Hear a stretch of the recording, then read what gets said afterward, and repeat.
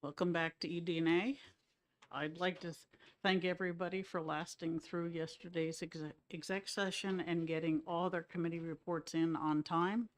I'm Representative Lekis and Grota both did more than their share of motions yesterday, so they're all in.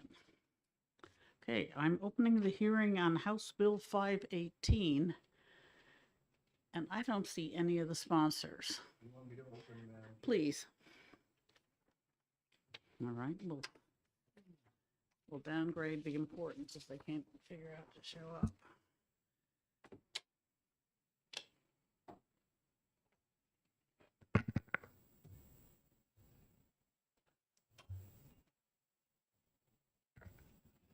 Good morning, colleagues. For the record, Peter Schmidt, representing Ward 1 in Dover.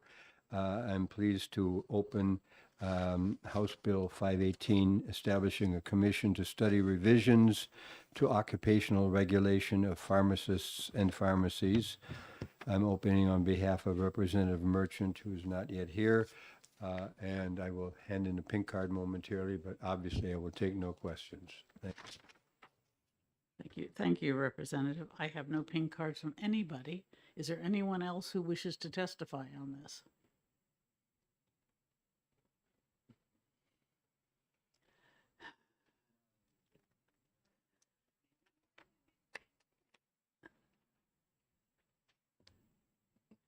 Well, that's discouraging. All right, in that case, I will close the public hearing. And we're free until 10:30. Should I go down and see if I can dig up the merchant? Because he may, I can give him a call right now. Yeah, well, we may reopen it sometime, because both he and Rochford have been cornering me in the hallway. Well, yeah, but if they don't show, it's a big problem.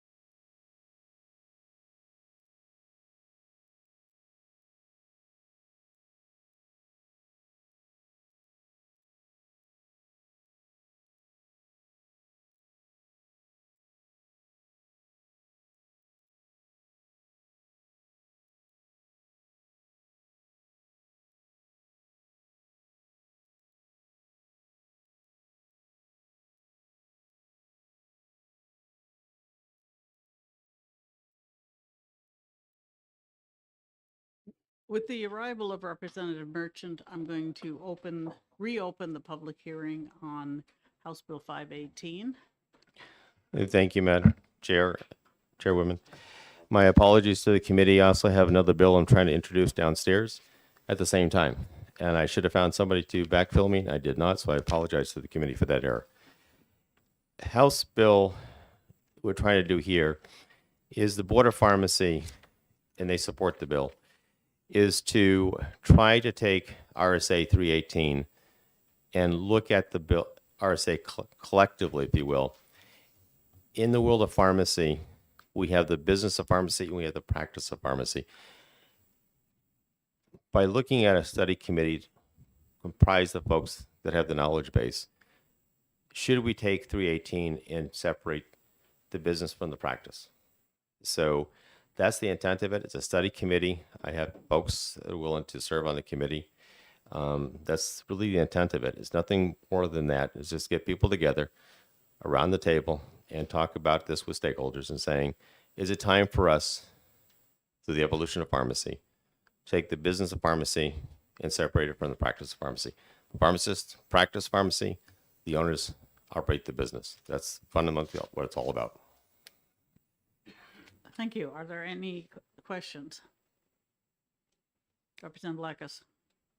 Yeah, thanks. I guess I'm usually skeptical of these things because basically from the time it passes, you're going to have maybe 3 months, maybe 4 before the reporting deadlines. I mean, do you have people lined up who are going to actually meet and work on this enough that it's going to do something useful, I guess is my question. Thank you for the question, Representative Lakis. People have told me they're willing to serve on it, but you never know until you actually hold the meeting who actually is going to show up. But I have the support of the board. I have support of people within the profession to talk about this. So my intent is to work on those individuals that have shown the interest. Yes. All right, thank you. Representative Abear. Thank you, Madam Chair. Thank you for being here. My question is, I understand that this is just a bill to establish a commission to study it. But when you say separate the business from the practice, can you elaborate on that, please? Especially when I hear that the owners wouldn't be involved. I'm not understanding. Thank you. No, the owners would be involved. That would be the chain drugstores and so forth, along with independents. Basically, with how you run a pharmacy, not how you practice pharmacy, but how you run the business. So therefore, it's been conflated, it's been commingled. So as we evolve pharmacy more into a clinical role dealing with patient care, I think it's important that we have an RSA dealing with that growth of pharmacy and not have it still anchored in what I call the business of pharmacy, which is mercantile. Follow. Thank you, Madam Chair. Give me a real world example. So you own the pharmacy and I'm your pharmacist. And what is the reason for separating? Can you give a real world example? Thank you. A good example of that is that I'll give you more of an analogy. In medicine, the physicians have their own RSA, but the hospitals also who run the business have their own RSA and facility management. They don't have them commingled together. So the Board of Medicine is responsible for the practitioner. Department of Health and Human Services is responsible for how the hospitals run. But in pharmacy, because it evolved out of a mercantile business environment, a lot of the RSAs are really on how you run the business. So give you an example. We have how many hours you have to have the pharmacy open.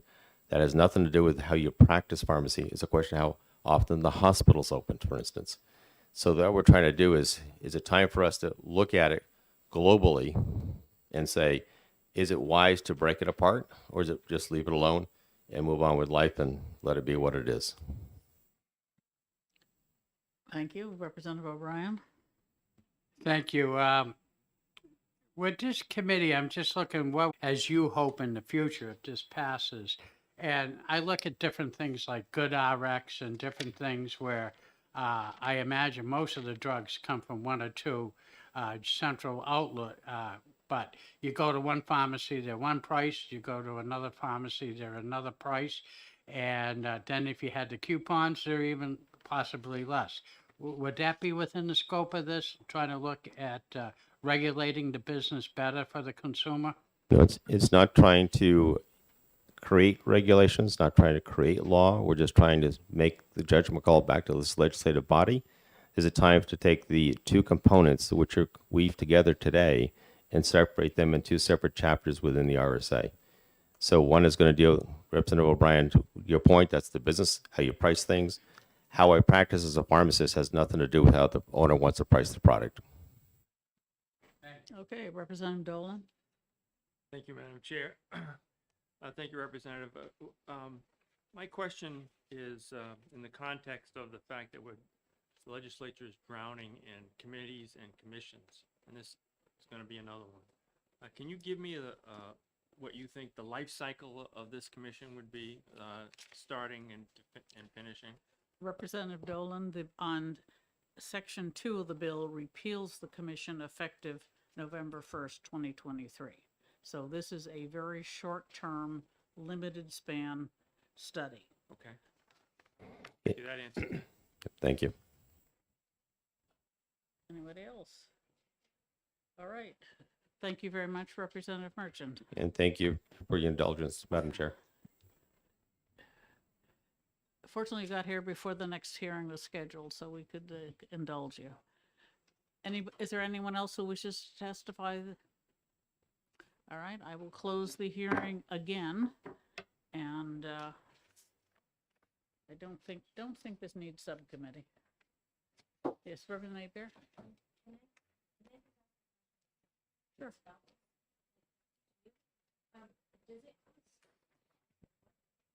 Does it cost the taxpayers any money to establish a commission?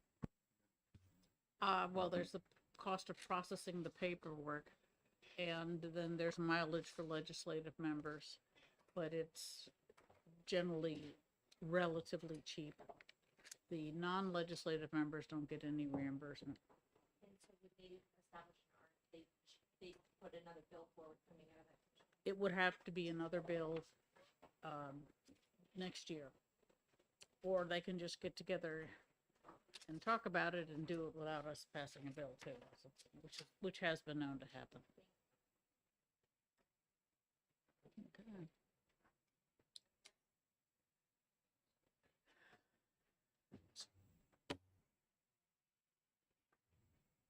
All right, then.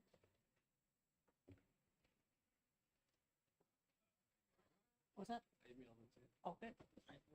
We've got a minute. I'll see if I can. Okay.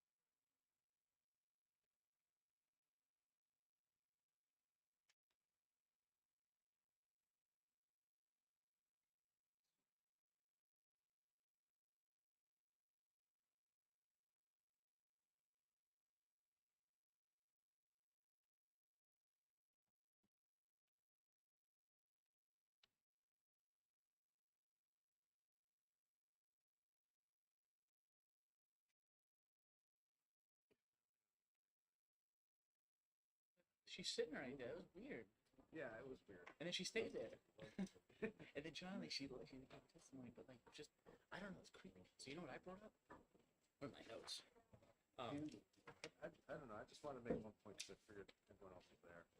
Yeah, no, but so if they had tools to use, right? But the history is interesting. So the Worcester magazine, it was in the 1970s. It did like 17 a year, and it was an airplane contract. But they never took these guys out. This, you know, like the special in Massachusetts. The history of SWAT teams, New England, it covers like New England, but it's old. So anyway, they had 17 in 1970 up to 200 today.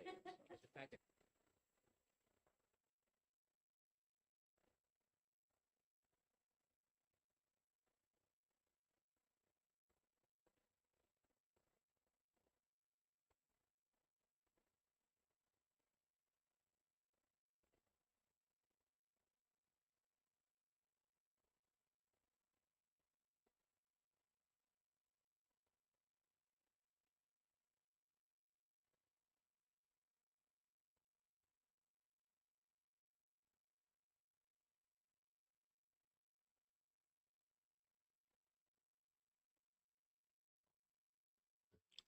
All right, good morning. I'm opening the hearing on House Bill 532. Looks like Representative Grota wants to introduce the bill. I do. Thank you, Madam Chair. House Bill 532 requests the licensing and for music therapists in New Hampshire. This bill is one that has come to you before in this committee and represents, and there has been ongoing negotiations between the speech therapists and music therapists. And I think we've come to an agreement, because I just spoke to the speech therapist people, and we have the music therapists who will confirm this, that music therapy does not treat speech therapy. It treats people with speech disorders. Sorry. Let me say that again.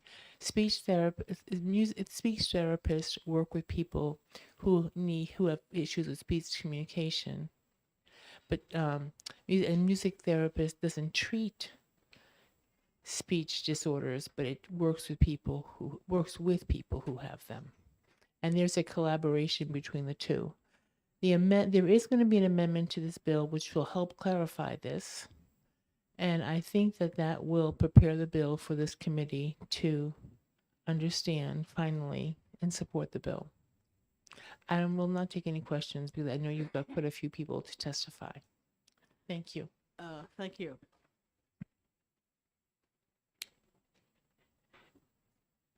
May I ask a question, Madam Chair? Please. Okay, so Representative Grota did not want to take questions, but I believe there's some kind of an amendment.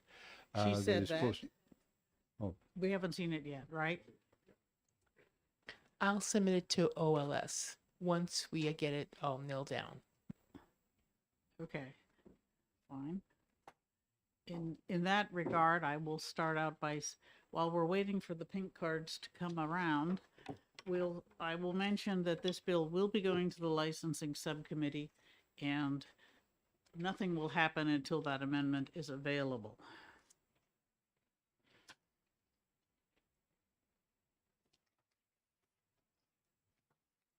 All right.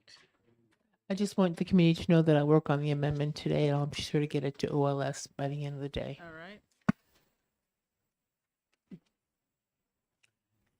Ashley Desrosiers.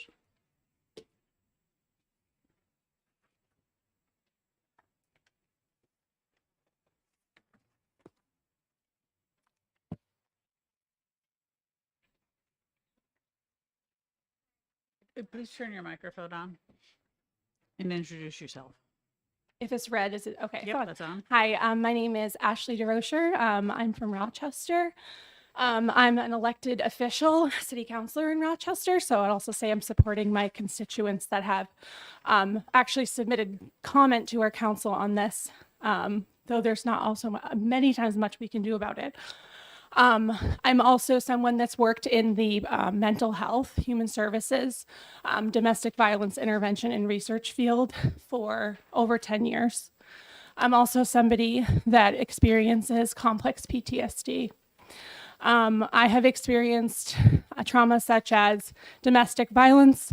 I also most recently really started to understand that responding to a public health pandemic as a public health professional for 60 to 70 hours a week is really bad for your brain. And truly the only real comfort I have found in any of the therapies that I have tried has been music therapy. Music has been a part of my life for as long as I can remember. It's one of the things I lean on most.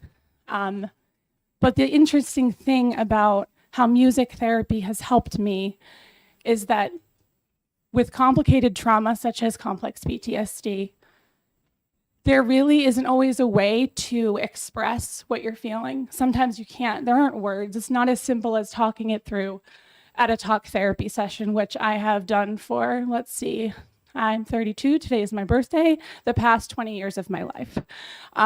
So I actually, in learning about this piece of legislation, I was actually shocked that it's not already possible for music therapists to bill insurance, to have licensure in this state. In addition to the fact that we are one of the last in the country for access to mental health treatment, we also have a serious issue with keeping healthcare workers in our state.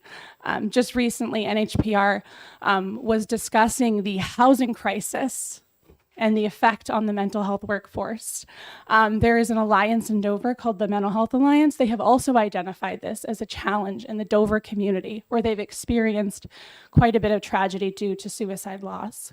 So I would just press you as somebody that is both a person in recovery, a person with, a mental illness that I have tried for years to find help for and now have to pay out of pocket for and can hardly afford it. I can't imagine how many other people could benefit from this. It's one of those things that you're able to express yourself and get things out and have this thing in front of you to say, oh my gosh, there's this beautiful piece of music.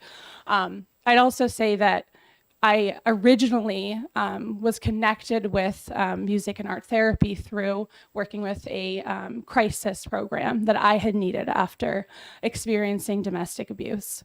And every person I've talked to when I'm trying to find care for my daughter who's 6 has said, you should go to the Sonatina Center. However, you have to pay out of pocket, but it's worth every penny. Nothing has worked this well. So I just say, please support this bill for people like me who are healthcare workers, who are mothers, who are trying to be leaders in their community and also experiencing things that you probably would never know. It's 1 out of 4 people, so people sitting on this committee are have some experience with mental illness and substance use disorder. Happy to take any questions. Thank you, and I appreciate your showing up on your birthday. Representative Hebert. Thank you, Madam Chair. Maybe this question is better for my colleague, Representative Grote. Is the reason for this bill to license it in order for insurance? Is that the sole reason? That is always one of the major reasons for any healthcare profession, is that many insurance companies will only allow licensed individuals to directly bill. May I? Please. Sure. So there's also a piece where you cannot apply to bill New Hampshire Medicaid. So not only is it private insurance companies, it's also state Medicaid. So any family or individual seeking these services, if they happen to come across them, will have to pay for them out of pocket. So it's just something really worth noting. And again, the access to mental health treatment in our state is really frustrating. And this is also a piece of our art and culture in our state. And I think those two things really, the fact that these can be addressed together, especially in our community in Rochester, we are really into our art and our music. I can just see how much more this will benefit people if these providers can bill to it. It would encourage more people to seek using this type of treatment to help our communities. Thank you. Representative Gerhard. Thank you, Madam Chair. So the intent is to be able to actually bill out for the service, which makes sense. But would you be opposed to having no penalty provision for those that are practicing without said license? Does it really matter to have, because I'm just concerned, well, I'm sorry, I'll answer that question. So I'll be candid. I don't know all the specifics around that. I know that there are other folks here that have been more involved in this process. So I can't answer that question, but I would definitely say that to my understanding, there are people that are licensed that are not able to bill. And that's really important to me.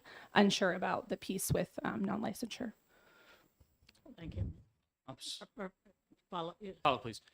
But you receive sound therapy, right? Music therapy right now, correct? Correct. From an unlicensed provider? it must be, since we don't. That's my license Right. them So the yes, same. so they're certified. They have credentials. They go through, Okay, but okay. but right now it's not licensed. They cannot be licensed without a state licensure system. Understood. Is the issue. So Follow up. my point being that you're receiving the service from an unlicensed provider right now. So your service would not change with the stamp of approval. So being we could have something that's unlicensed, people could still be unlicensed. It would not affect your treatment. Correct. I could still keep attending treatment. It's just, it's the cost, folks. I got you. For Thank you. folks, it's that cost piece. It's, 80 to, could be up to $150 a session. And for families, that's especially in my area where we face some of the most intense, costs of living and housing. It's really just so inaccessible for folks. Thank you. Representative Lekes? Thank you. Maybe I misheard you or you misspoke, but I thought I heard you say that there are people who are licensed who cannot get reimbursed. That may have been a mistake on my part. So when I was thinking license, I was saying like they go through certifications, they go through schooling, they go through that same process and often I believe like they have other, things they specialize in. And this can just be like another thing that they can offer, such as like if someone's doing art therapy, they can then now incorporate music therapy as well. But again, I'm not the expert on this. I'm a patient and there are therapists that are here today too. Thank you. Thank you. Representative Simon? Thank you so much for your testimony. You mentioned a session could cost $180. Is that correct? Is that for an hour? Is that for is that just for the individual? Is that? Yeah, that's just for about an individual or an hour. I'll openly say that I was going on a scholarship through that I actually was connected through with the Doorway, which is a part of the continuum of care for substance use in New Hampshire. So they're aware of it. They know it works. And sorry, I forgot your question. No, you already answered it. Okay, it's fine. cool. Yeah. Great. Representative O'Brien? Thank you, Madam Chair. Thank you for taking my question. You may not be able to answer this, and I'm glad that the therapy's working out good for you. That's positive.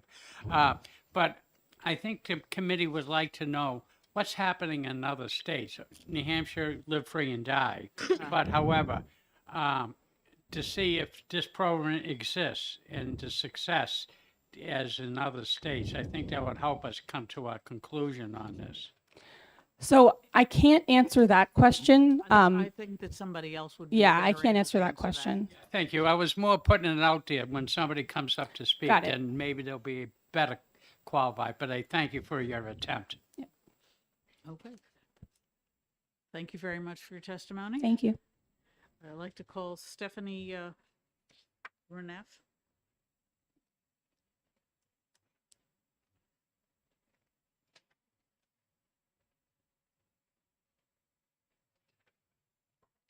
Hi, I'm Stephanie Rooney from Derry. I grew up in Salem. Good morning, Madam Chair, and good morning, representatives. I have been a board certified music therapist since 2001. I graduated from Anna Maria College, which at the time, there were only 3 colleges in New England where you could obtain a music therapy degree. After that degree program, we have to attend, at that time, it was over 1,040 hours unpaid to receive our certification. So when I came back to New Hampshire, I was so excited to go into nursing home work because I am also a dementia practitioner. When I came home in 2001 and I had been working at Shriners Burn Hospital, working with the burn children using music therapy, I got to help them with their pain, I got to help them with their schoolwork, and I got to help them die peacefully. And that is a huge burden, especially as a new professional. But it was amazing to have that experience as a new professional that I could bring home to the state of New Hampshire. Because while in the state of Texas, I worked on their task force to make sure that their music therapists are licensed so that they can be reimbursed for the amazing services that they do. And throughout my career, I was working for over 20 years. I came back to the state and I couldn't get a job. I had to move in 2002 all the way to New Orleans to work at Children's Hospital, where there I was assigned to the NICU. I saw babies born without brains. I saw their parents have to deal with that. It was harsh, especially as a mom.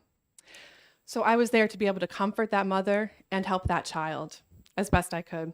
I also worked on the oncology floor. I had one patient that only survived 3 weeks. But what a miraculous opportunity I had to provide that person some music, some comfort in their last days of their lives. And if you don't mind, I'd like to share a little personally too. Back in 2011, when I returned to the state, I was returning to New Hampshire in hopes again for a full-time music therapy job because I had held one for 10 years in the state of Texas. I had worked in schools, assisted living, senior care, everything that I could. And we moved back to New Hampshire because my husband needed care in Boston. He was a paraplegic. And he had become so ill that he needed hospice. Well, I was so excited to be back in New England with all of my former classmates and all of my colleagues, but I couldn't get a job as a music therapist to support our family when he was unable to work. And when he needed hospice care, I couldn't find a hospice that had a music therapist that could provide the services to help him die comfortably.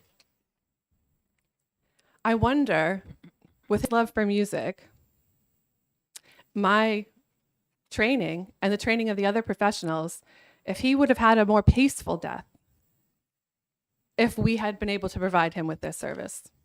So I'm so thankful for the person who spoke before me because some of our clients and some of our patients are here today to tell you about how music therapy has affected them. I can speak to what it's like to be a professional. I can't speak to what it's like to have received music therapy, but I can tell you how it would have helped me say goodbye to my husband during those days. Thank you very much for listening to my testimony. I really hope you pass this because it would mean that many of us could support our families. We could be reimbursed through insurance companies to be able to stay here in New Hampshire, unlike me, who graduated in 2001, got certified, and had to leave. So thank you for hearing me today. I'm open to any questions. Thank you very much. Representative Grody, you can't. You've testified. Quite all right. Anyone else? Representative Schmidt. Thank you, Madam Chair. So there was some confusion at the beginning of the hearing with regard to the question of licensing, and it got conflated, in my view, with whether somebody is a certified or trained professional. So is it not the case that music therapy is a profession, a recognized profession, which requires training, and training is provided nationwide. So are there training in that line? Are there training facilities here in New Hampshire, or do you have to go to Boston, for example? Well, currently there are none and never have been any in New Hampshire. And one program is closing. The Anna Maria College program that I attended and was able to study with Dr. Lisa Stummer, one of the most renowned music therapists, is ending in 2025. So it is unfortunately, we're losing strength because not every state has approved licensure. New York has, Texas has, many other states. I don't know the exact number of states that have approved the licensure. But yes, you're correct. We go through 4 years of training. People will speak more to this as well. And then we have to do our internship under professionals, just like a social worker would have to when they're going to get their licensure. So we do a lot of the same things, but we are not recognized with a license, which hampers our ability to help people. Representative Goley. Thank you, Madam Chair, and thank you for taking the question. Can you tell me what a music therapy session would entail? What happens during that time? Absolutely. It's different for everyone because what's so unique about what music therapists do is that we're able to first assess somebody like a social worker, a speech therapist, a physical therapist, anybody does an assessment. So we would have an assessment session where we determine if someone would benefit from music therapy services, because that's the other problem, is that if you're not a trained professional and you're not a board certified music therapist, how do you know if music would be appropriate and would absolutely help someone? Because there are times when music could harm someone. And we don't want to harm anyone either. So that's why licensure is very important to me as well. So let's just say that we've had an assessment, and let's say I'm working, is there a particular population you'd like to know? Like in the schools, in the hospitals, we work in every health care setting, education. What would best help you? Let's say a school-aged individual. Okay, so school. We're trying to help them attain some academic aspect. So let's say a child is possibly echolalic. So we have a child who has autism. So this person is just echoing everything they hear, echoing everything they hear, echoing everything they hear. So one of the things I might do as a music therapist is ask them to have 3 spontaneous words within a 30-minute session. So instead of repeating everything I'm saying, I would use a song like In the Jungle, and where we would have possibly some manipulatives to help this child. So I would be singing In the Jungle, and I could say, in the jungle, the mighty jungle, the lion. And I wait for the child to tell me, what is the lion going to do in the jungle? And so we know how music affects the brain. We know how music is fun. And so there's so many other components of what we do that truly reaches some children that are considered unreachable. Does that help? You're welcome. And yes, Representative Fitzpatrick. Most certifications have a book of knowledge. Can you give some examples of what's contained in your BOK? We have, in each type of person we work with, we have, I can't think of what it's called. Please forgive me. I also have a debilitating disease that causes some brain fog. So I appreciate your patience with me. So we have standards of practice. And within those standards of practice, it tells us how we can and work with and not work with individuals. So we have to do an assessment. We have certain regulations under that. And I know that these other music therapists will be able to speak to it better than I can at this time. So there's everything you could imagine in that POK. How long our duration of services will be, the length, the quality of the services, when termination needs to be done, when a referral needs to be given to another music therapist, or if there is an incident where they might benefit from another therapy. So yes, it contains quite everything that we would need to know. And in order for a university or college to have a program, they have to meet these standards as well. Follow up. And so I would just, I'm making the assumption then that what you just told me would be part of the contents of the examination. Yes, we do. We do have an examination post our training to hold the title music therapist board certified. Thank you. Representative Likas. Thank you. So you mentioned that music therapy could actually cause harm. Could you offer some reasonably specific examples of that? Well, I can give you 2 examples. When someone is in active dying, sometimes they can be extremely agitated. And at a point when somebody's extremely agitated, we might not want to bring another stimulus like music into that room. And that would go for children as well. If they're extremely agitated because of a mental health issue, or again, autism, something like that, that would not be the most opportune time to use music therapy, especially if you were new to the person. If you had a relationship, a therapeutic relationship with that person, there's ways that we know how we might be able to reach them. Thank you. You're welcome. Anyone else? Yes, Representative Gerhard. Just real quick. Thank you, Chairman. One of the letters of support that was passed around just now, in the second paragraph, she writes, because I'm not licensed with the state of New Hampshire, this is a music therapy program provider in Manchester. Because I'm not licensed with the state of New Hampshire, I cannot provide the justification for the therapy I am providing. As such, families must take the extra step of securing a note from a different licensed professional to justify music therapy services. While this is a workaround for now, it often adds extra time to setting up music therapy services for clients, and it goes on from there. So I understand the workaround's a pain, but at the same time, the fiscal note associated with this bill is $60-something thousand. So I just wonder, basically, the state would then be taking up the burden of administering these notes. So I'm saying if the as such, the service could be provided by one central psychologist providing notes to the music therapy providers and then getting reimbursed.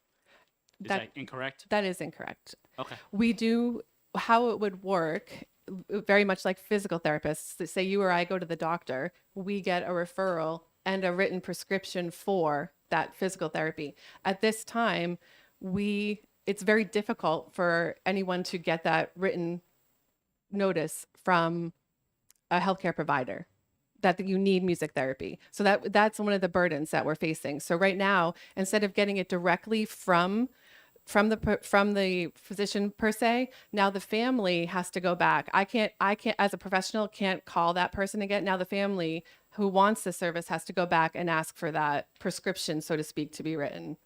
Appreciate it. Follow up? Follow up? So would you say that some of these other professionals don't believe in music therapy because they're not issuing these notes for referral?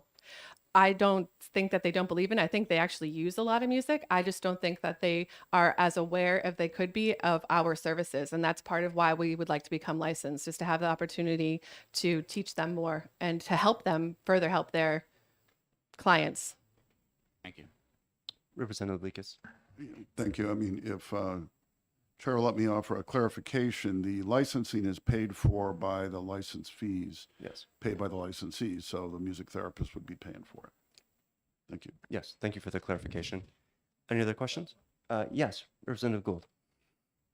So for those families who are struggling and cannot afford the full rate and have to pay out of pocket, how many can you afford to service for free or reduced rates? How many families would you estimate get turned away from music therapy?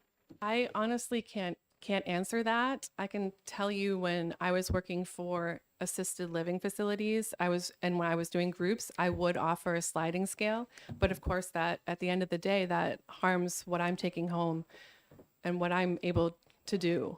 I would love to service everyone for free. I'm sure like any doctor would. We love to give this service away for free. We're passionate about what we do, but I don't know the exact numbers, and I'm sure that many of these other therapists might have a more accurate answer to that. Thank you. You're welcome. All right, seeing no more questions, thank you for your testimony. Thank you. Rebecca Gildea.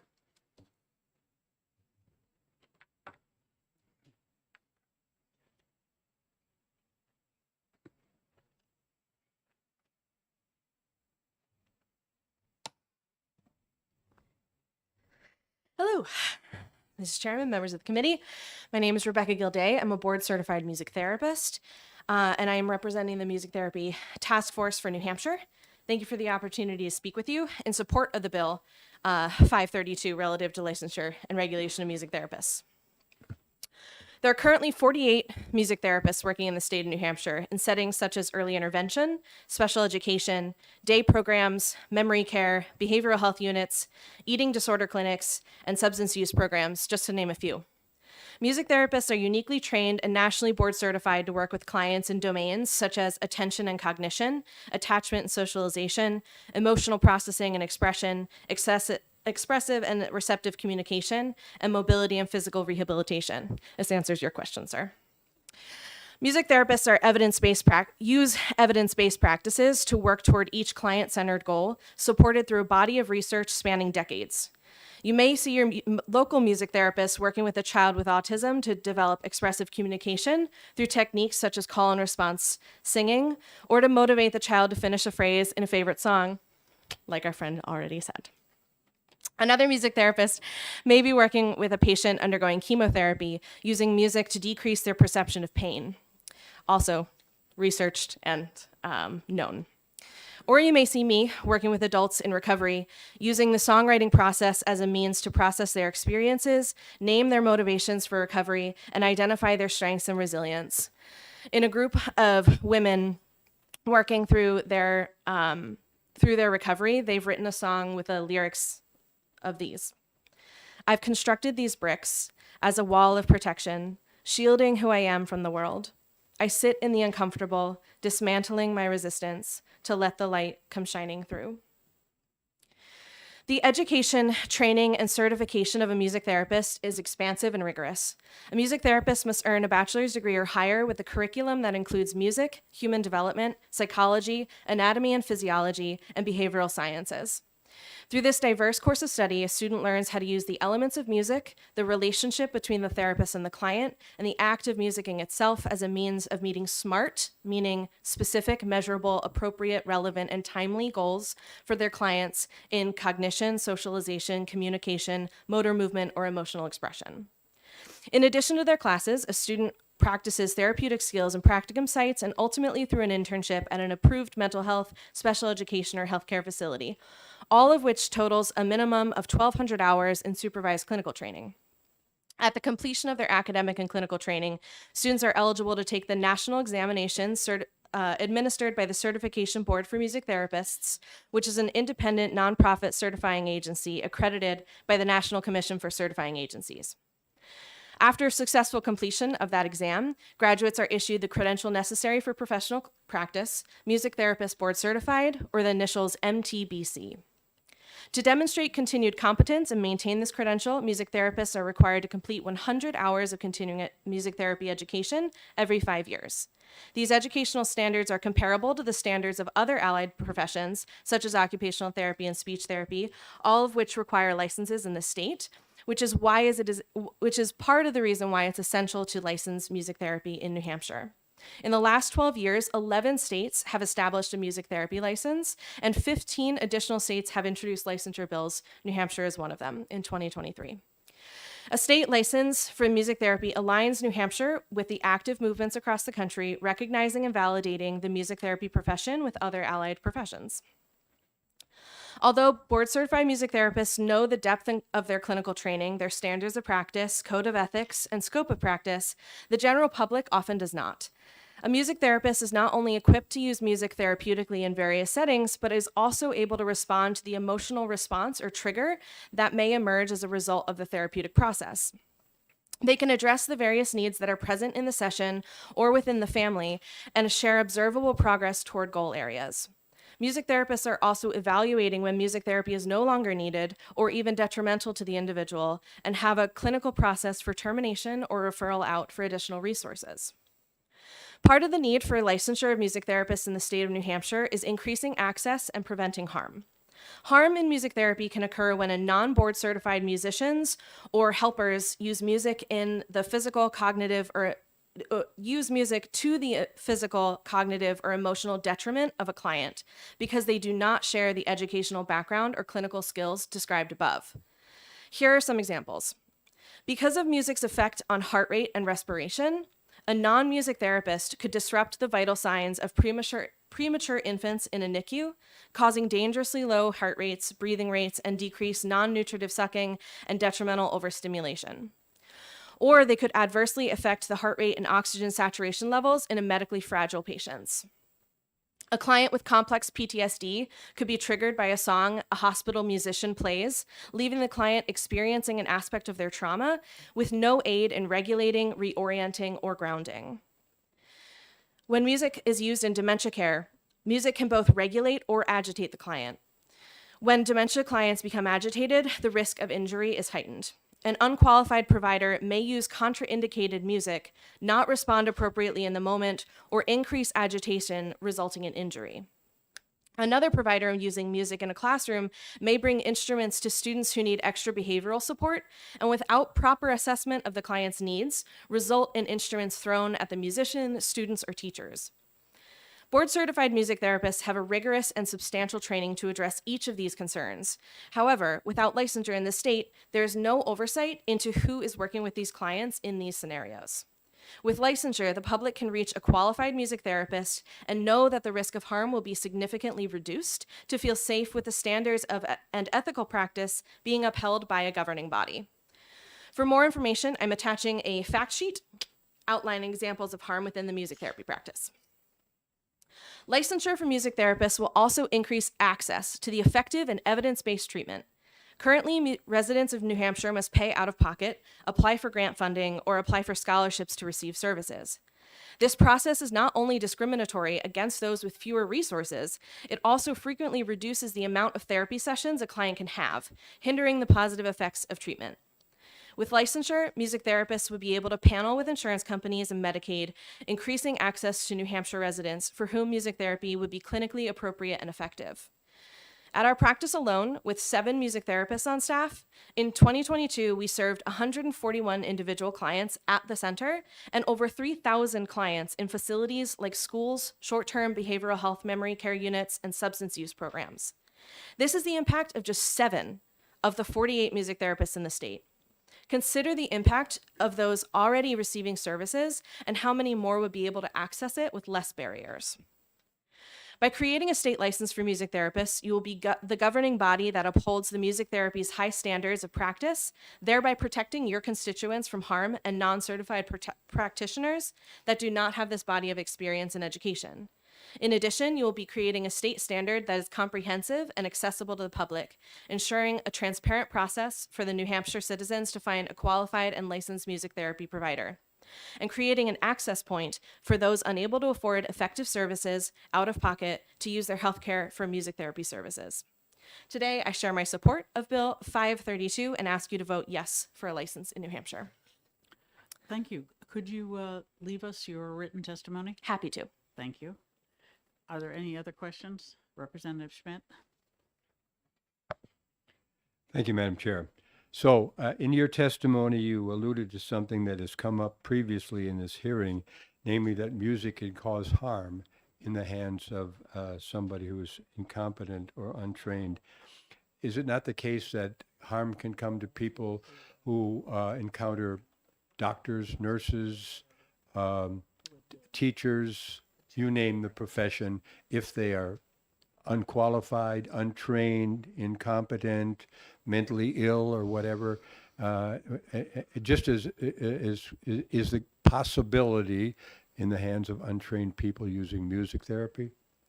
Yes. So just like any provider in the state, there's always a risk for harm, and that's what liability insurance is for.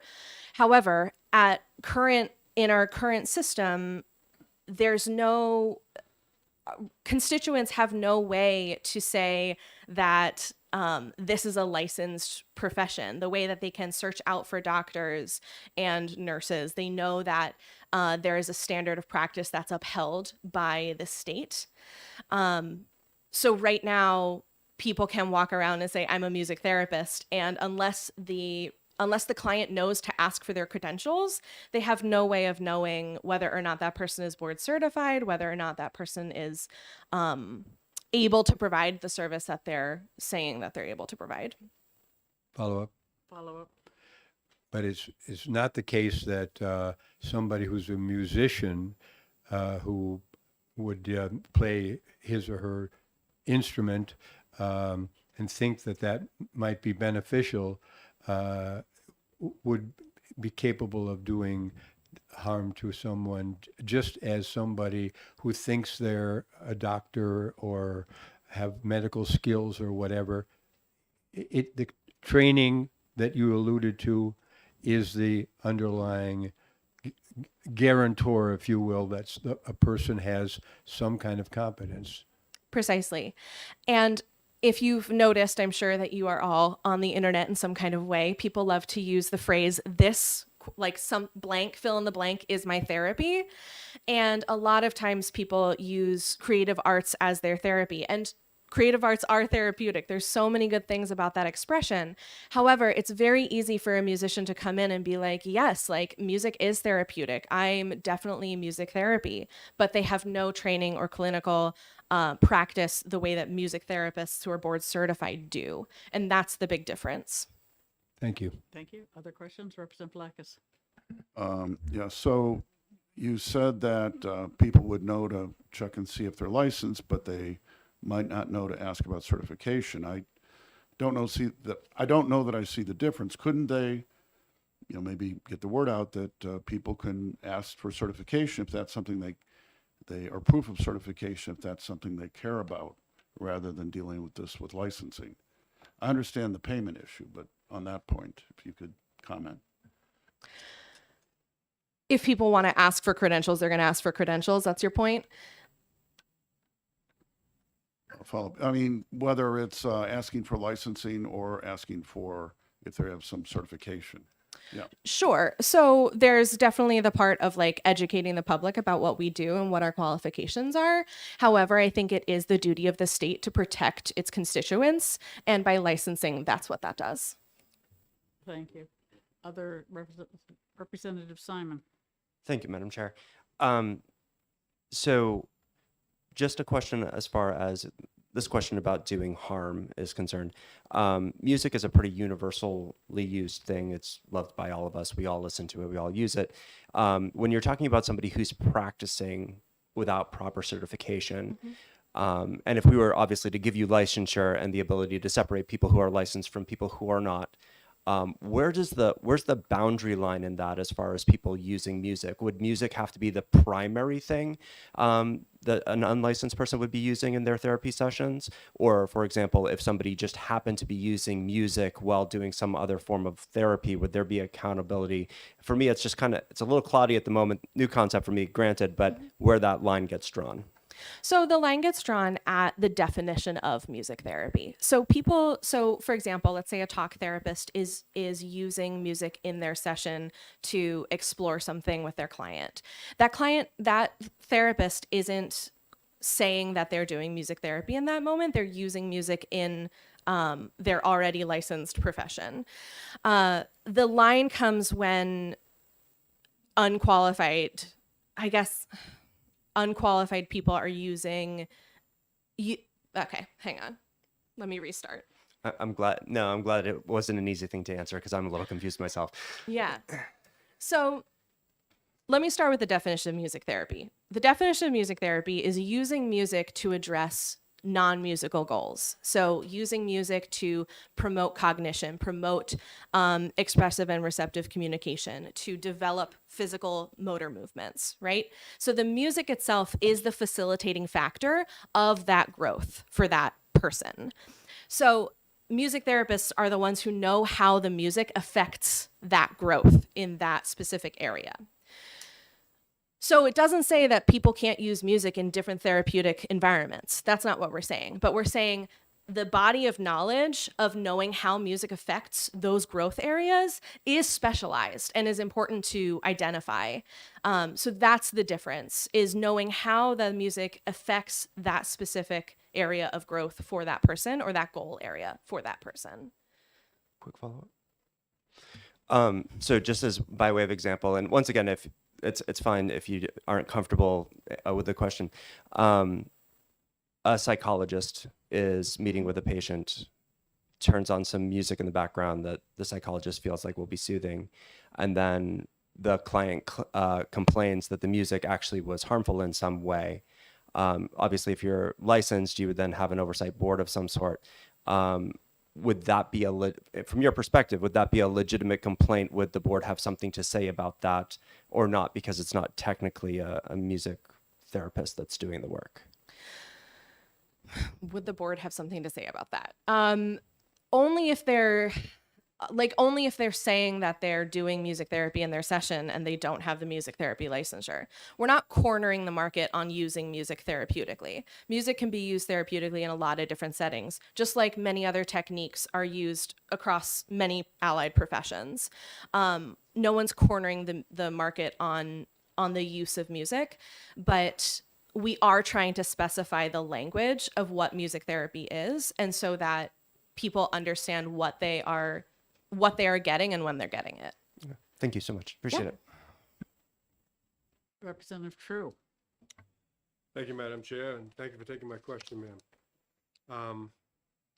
I believe you said that you in a facility with seven music therapists. Yes. How do you get paid? Not from insurance companies? Correct. It's all private pay. So people can either pay out of pocket. Sometimes we partner with different facilities to offer scholarships for services. We have a sliding scale fee based on income. And we also help clients in certain facilities who qualify to apply for grant funding. Follow up. Thank you, Madam Chair. So if a person were referred by a doctor, a physician, or a psychiatrist, or a psychologist to receive music therapy, would that qualify for insurance? No, because we're not licensed. So insurance companies give a blanket statement that unless you can provide a license number, they will not engage with you. And the same goes for Medicaid. Thank you. Yes, thank you. Representative Gerhard. Thank you, Madam Chair. Are you familiar, you were with the NH Music Therapy Task Force? Correct. So on the one flyer talking about education and training, it says bachelor's degree or higher required and 1,200 plus hours on-site clinical training, internship. Is this the current requirements? To be board certified, correct. So a follow-up. Follow up. Wouldn't such stringent standards decrease the availability of care for people if they have to meet these? My point being is if music therapy is good for as many people as we can get to it, there's going to be different sliding scales of people that are capable and what they can do with it. So I'm just wondering, is this high bar necessary to get these services out to people who need them? Yes. So to be working therapeutically with clients, you have to have at minimum a bachelor's education in each of those areas I outlined, in human development, in cognition, to understand that the frequency of, so like one of the really interesting things is how music affects the brain and our respiratory system. So the pace and the frequency of the music affects our heart rate, affects our perspiration, affects our breathing pattern. And a high school graduate does not know that. Like a high school graduate does not. Thank you. Thank Yeah. you. Representative Gould, you had a question? I do. Thank you, Madam Chair. And thank you for taking my question. My question has to do with the scholarships you mentioned and the sliding scale. So as a businesswoman, can you tell us, like, is there a limit to the number of scholarships and sliding scales, or can you service all families who request the service but don't have the out-of-pocket money to pay for it? Are you essentially asking, are people turned away because they cannot pay? Okay, so we do as for our, and I'll let Marissa is going to testify later. She's our business owner and she'll be able to answer this much more thoroughly. However, I'll say that we do everything in our power to not turn away clients. However, there are a number of clients who have stopped services because they have become unaffordable. So we do everything we can. However, we do believe because it's a part of healthcare that it should be covered by healthcare. Thank Absolutely. you. Yes, insurance is not health care, by the way. Yes, okay. Thank you. Anyone else? Representative Blackus. Thank you. Just wanted to mention for you and everyone that this is going to subcommittee. I was wondering if you could be available, to help with that as well. Sure. All right. Thank you. Okay. Other questions? Thank you very much for your testimony. Michael King.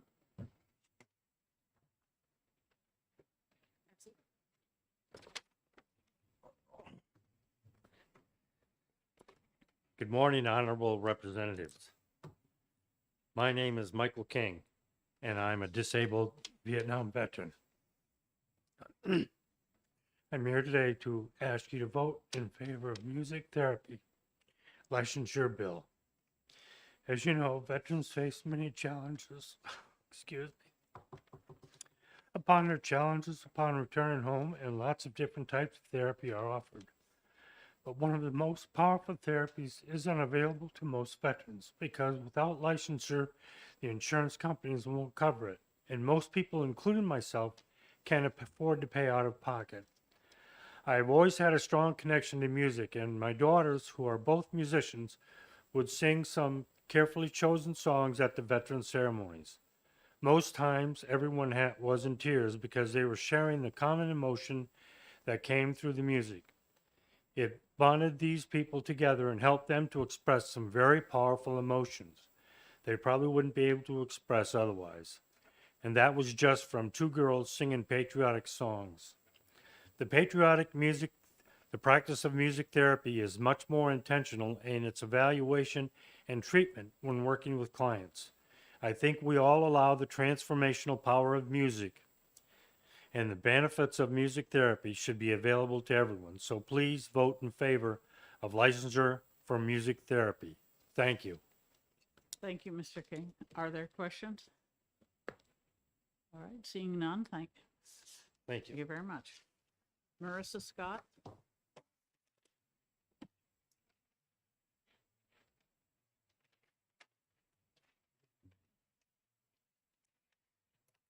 Good morning, Madam Chairwoman and members of the committee. I want to keep this very brief for you. I know you've heard a lot of testimony today. I am a board certified music therapist and I support HB 532. I am also a business owner, as has been mentioned, and we serve about 3,000 individuals in New Hampshire per year. The piece that I really want to drive home today is that I know you keep hearing about is really the insurance piece. And as a business owner, I turn people away, not necessarily turning people away, but I answer the question, no, we do not accept your insurance, 20 to 40 times a month. And I'm constantly telling people, I'm really sorry, here are some other options. And I've done everything that I can to help people get more access to services. Like we have a sliding fee and we have a scholarship program. We've partnered with our local hospital who provides some services. Somebody had mentioned earlier about doctor referrals. I get from Dover Pediatrics, referrals from Dover Pediatrics come in probably 10 to 15 referrals from the doctors for their patients, because they're hoping that this referral can be used for us. And people can try to get out of network, reimbursement for services, because we have to be out of network providers, but they can't, there's very limited success. Most people don't have a lot of out of network benefits. So, I've included for you today a direct email conversation between myself and a provider enrollment specialist with Medicaid, directly denying my provider application due to lack of licensure. I hear the same thing from private insurance companies. So we can't tell these families you can have services. And that really takes away from their independent choice. People should be able to choose their doctor. They should be able to choose their therapist. They should be able to choose what type of, what type of school they want to go to. Everybody is a little bit different. We all have different preferences, and there's no one therapy that's the right fit for every single person in New Hampshire. And right now, this licensure, it's just a barrier. It's not even an option for people who are, utilizing Medicaid. It's not an option for them. So they don't have that choice. And by removing this, it doesn't make you the governing board of, whether or not Medicaid's going to reimburse or not. That's going to be based on medical necessity. But it removes the barrier so that they at least have the option to be assessed to see if it is medically necessary, because right now that's not an option. So I urge you to vote in support of this bill, and I'll take questions. Thank you. I think we've exhausted our questions on the previous testifier. Thank you. Is there Just any- one question, Madam Chair. Yes, Representative Schmidt. Can you be available for the subcommittee that Representative Beckus has referred to? Yes, I can. Thank you. Excellent, thank you. All right, does anyone else wish to testify on House Bill 532? Okay, seeing none, I will close the public hearing. It is going to subcommittee, which will be scheduled at a later date. And I'm opening the public hearing on House Bill 507 and call Representative Santanastasa.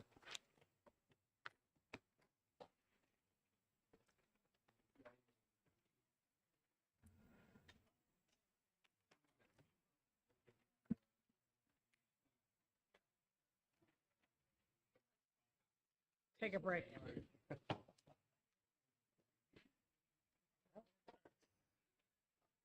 There's not the government stamp of approval and somebody else to pay for.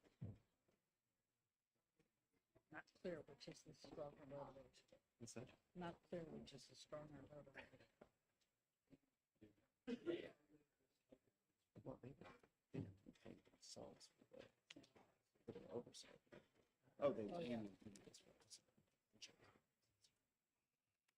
Yes, the patient.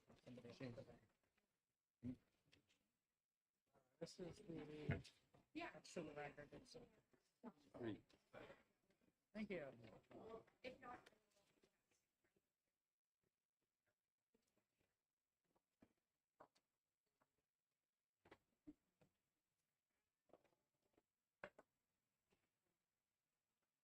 Okay, Representative Santonastaso. Okay, thank you, Madam Chair and members of the committee. Representative Santonastaso representing Ringe, Jaffrey, and Dublin. So I'm going to be introducing House Bill 507. This bill removes the penalty for operating without an occupational license as long as they do not hold themselves out to be licensed by the state. So this kind of change would make our licensing voluntary instead of compulsory. And this kind of regime is better for the is a better policy to make licensing better serve public safety. And this is true because when you have anything compulsory, like compulsory licensing, it creates this us versus them sort of mentality where people are just grudgingly getting this license because the state just mandates it. So, and that's becomes the culture and the attitude towards these licenses is that we're just doing this because, you know, the state makes us do it, but it's not particularly beneficial for public safety or if there's even a point for it. In voluntary licensing regimes, the licensees and people who could potentially get licensed are going to be more likely to follow the guidelines and actually consider the cultural safety that the licensing regimes there for. All right. So, and yeah, government has a tendency to kind of fight the last war. So a lot of times when they make rules, and it's for things that have already happened and not forward-looking things that could be going on right now that are unsafe. So just a couple of anecdotes. Just I just have a lot of licenses. I'm a truck driver. I used to be EMT. I've got licenses in all sorts of different things. But I have a couple of anecdote examples where these same industry, same people in it. I'm a helicopter flight instructor certified by the FAA, and it's totally clear in the general aviation world that there's just contempt for the FAA. Nobody reports anything to the FAA. Violations of the FARs, federal aviation regulations, go completely unreported. All the time you see things unsafe going on. Nobody brings it up. You know, maybe in private to the pilot, but they don't. No one's going to report to the FAA. On December 1st, 1974, Trans World Airlines Flight 514 crashed into a mountain. All 92 people aboard were killed. And the accident was caused by a misunderstanding between air traffic control and the pilots. So the pilots thought they were on, they were being radar vectored when in fact they were not. And what was interesting about this crash is the same accident almost happened 6 weeks prior, and everybody knew about this problem except the FAA. And then after the accident, they implemented a system called the NASA reporting system, where pilots can, mechanics too, and everybody can send a form to NASA, where NASA will actually tear the name off and then send that to the FAA, so they can get some information of the field to the FAA. And even that doesn't work. No one uses it, even with the incentives built in. So if you fill out a NASA form and then later you're being investigated for what you filled it out for, they'll actually, it's like a get out of jail free card. But no one fills it out because they don't trust the FAA. And I just want to contrast this to sport parachuting. So a lot of the same people are involved in sport parachuting. I'm a United States Parachute Association B license holder, but skydiving is unregulated by the federal government. So instead, USPA popped up. It's a private voluntary licensing regime that issues 4 levels of licenses, levels A, B, and C, and D. and endorsements like coach, instructor, tandem jumper, stuff like this. So USPA produces the basic safety rules. They, every year they publish it, and where I've never seen anyone's pickup truck with an FAA sticker on the back of it. People love the USPA. They follow and respect the rules. It's active with the members. It gets immediate input to what's happening in the field. So they're forward looking. They can make changes to the basic safety rules for accidents that haven't already happened. And they do all sorts of other things like publish magazine, and they're just more connected with the members. So most drop zones are regulated by USPA, but some are not. But the licensees of USPA, if they jump on those non-regulated drop zones, they still will follow the basic safety rules because they need to maintain their license. So with voluntary licensing, the truth is in New Hampshire right now, there's people that are practicing these licensed professions unlicensed, and they're going to continue to do so, whether it's compulsory or not. But this kind of voluntary system is going to be, it's going to be better to serve the needs of the public. So with that, I'll take any questions. Thank you. Representative O'Brien and then Gerhard. Yeah, thank you, Madam Chair. I do have a couple. Do you see any bleed over from this? Now, you mentioned in your examples the FAA, parachute jumping, and everything else like that. But one of the licensings that's out there is, let's pick something that's practical, everybody has to call one, and that's electrician. He meets a license standard. He is liable if the house catches fire because of that.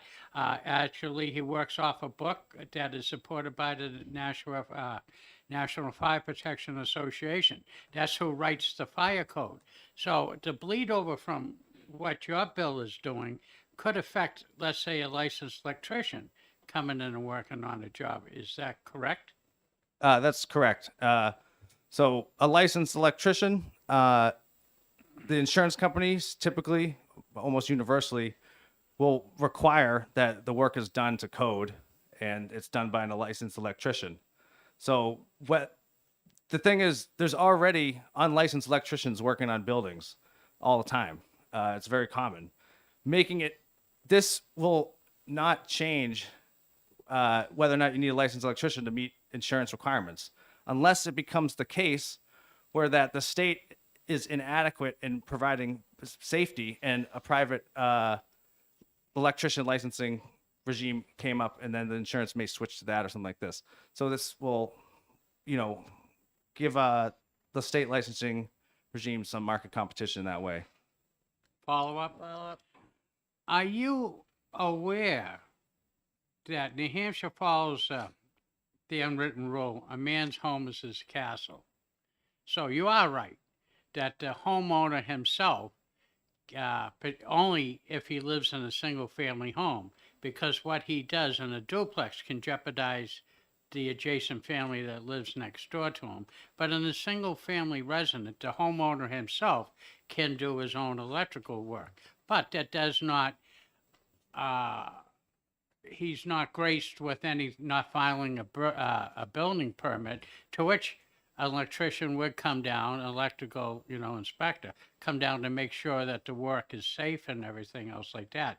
So in a way, are you aware that, if you owned your own property, you are allowed to do that? So it does exist in the state. I guess maybe I didn't articulate it well. I'm saying that there is unlicensed electricians that work out without following it's not illegal. There's still work on multifamily buildings and things like this. Follow up. Thank you. You're saying independent, not under under the grace of a master electrician's license. That's correct. Okay, thank you. Representative Gerhard. Thank you, Madam Chair.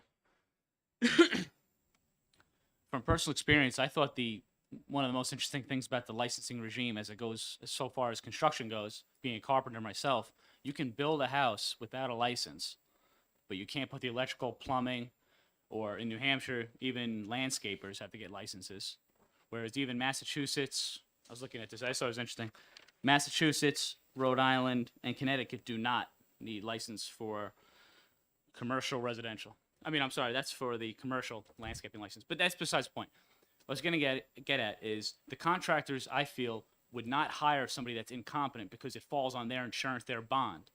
So I have $1 million bond. If I was going to build something, I do not feel I would hire somebody that's a sketchball because it falls on me. I just wonder if there's a lot of other safeguards in place, such as just market forces, besides the insurance aspect, that would keep this from occurring. Do you agree? Yeah, of course I agree with that. But insurance is a big deal. I mean, if your building burns down and then they do an inspection and they find out that the wiring was done incorrectly, it wasn't to code, and it's required in your insurance that you would have it done to code and have it done by a licensed electrician, then it's not going to pay out. So with this change, the licensed electricians are likely to stay the same. People will still want to get licensed by the state. It gives them credibility, and it helps them mandate their insurance. It's just taking away the penalty for doing the work unlicensed. Thank you. Thank you, Representative Abear. What was your compelling reason to draft this legislation? Thank you. I was asked to put this bill in by members of the public. Thank you. Any other questions? Representative Schuett. Thank you, Madam Chair.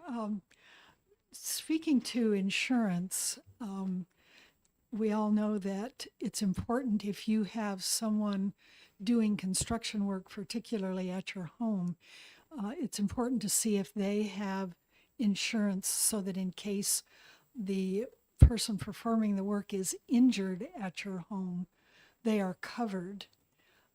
How would this affect that? Do you not have to have a license in order to insure yourself if you're doing work in those instances?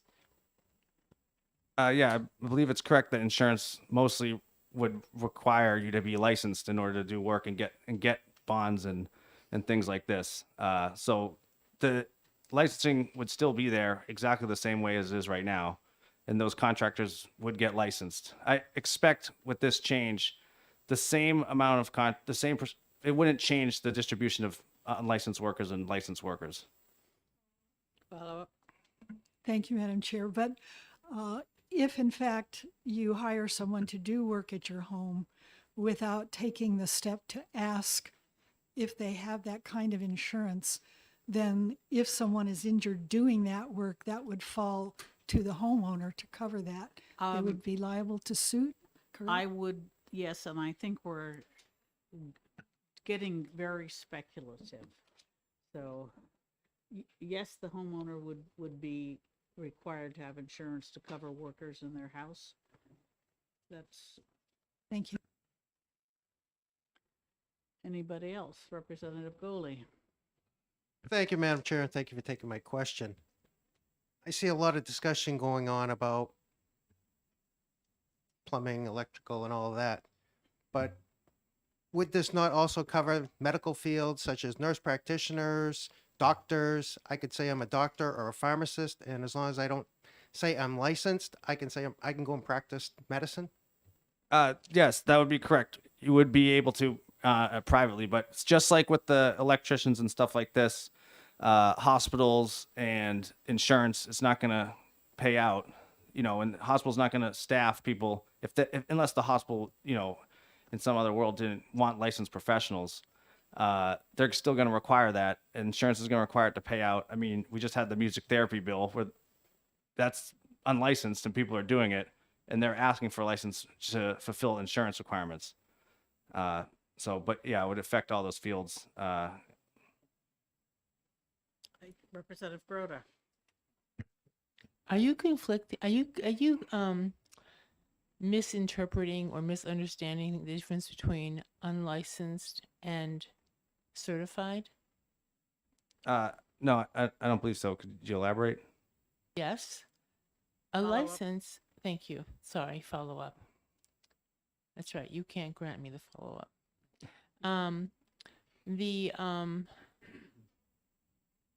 So you're saying that not only If someone is, so basically you're saying anyone can do anything as long as they are not, as long as they tell people they're not licensed. And you don't mention the word certified. So people don't have to say, can say that they're unlicensed to be a doctor, but they can't say, they don't have to say that they're not only non-licensed, they're uncertified to be a doctor. Oh, I understand what you're asking. So the state would, the bill just says they can't hold themselves out to say that they're licensed by the state. So if they're certified or not certified, the bill doesn't talk about that. Thank you. All right, thank you, Representative Santanastasa. Thank you. Lindsay Courtney.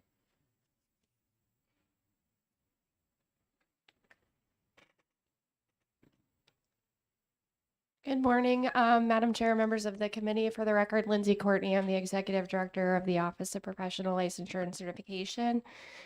We have approximately, it's always subject to change, about 240 license types within the office.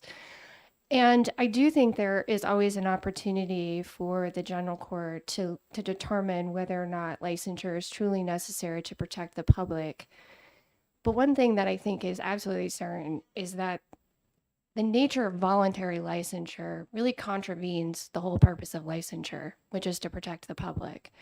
That is, the legislature has at some point made a determination that we shouldn't allow people to essentially consent to utilize services by an individual, certain services by an individual who is not licensed. And I can tell you why that's important, at least with certain fields. If you are not a trained physician, for example, you are not going to know how to accurately convey the risks and the benefits to somebody that would effectively be informed consent who would utilize those services. Additionally, we have had issues where it's not clear where people have crossed the lines. Unlicensed practice typically occurs when somebody who, or at least that we find, somebody who is licensed, but yet they are practicing beyond the scope of their license. For example, a licensed nursing assistant. We've talked about this with the med spa bill.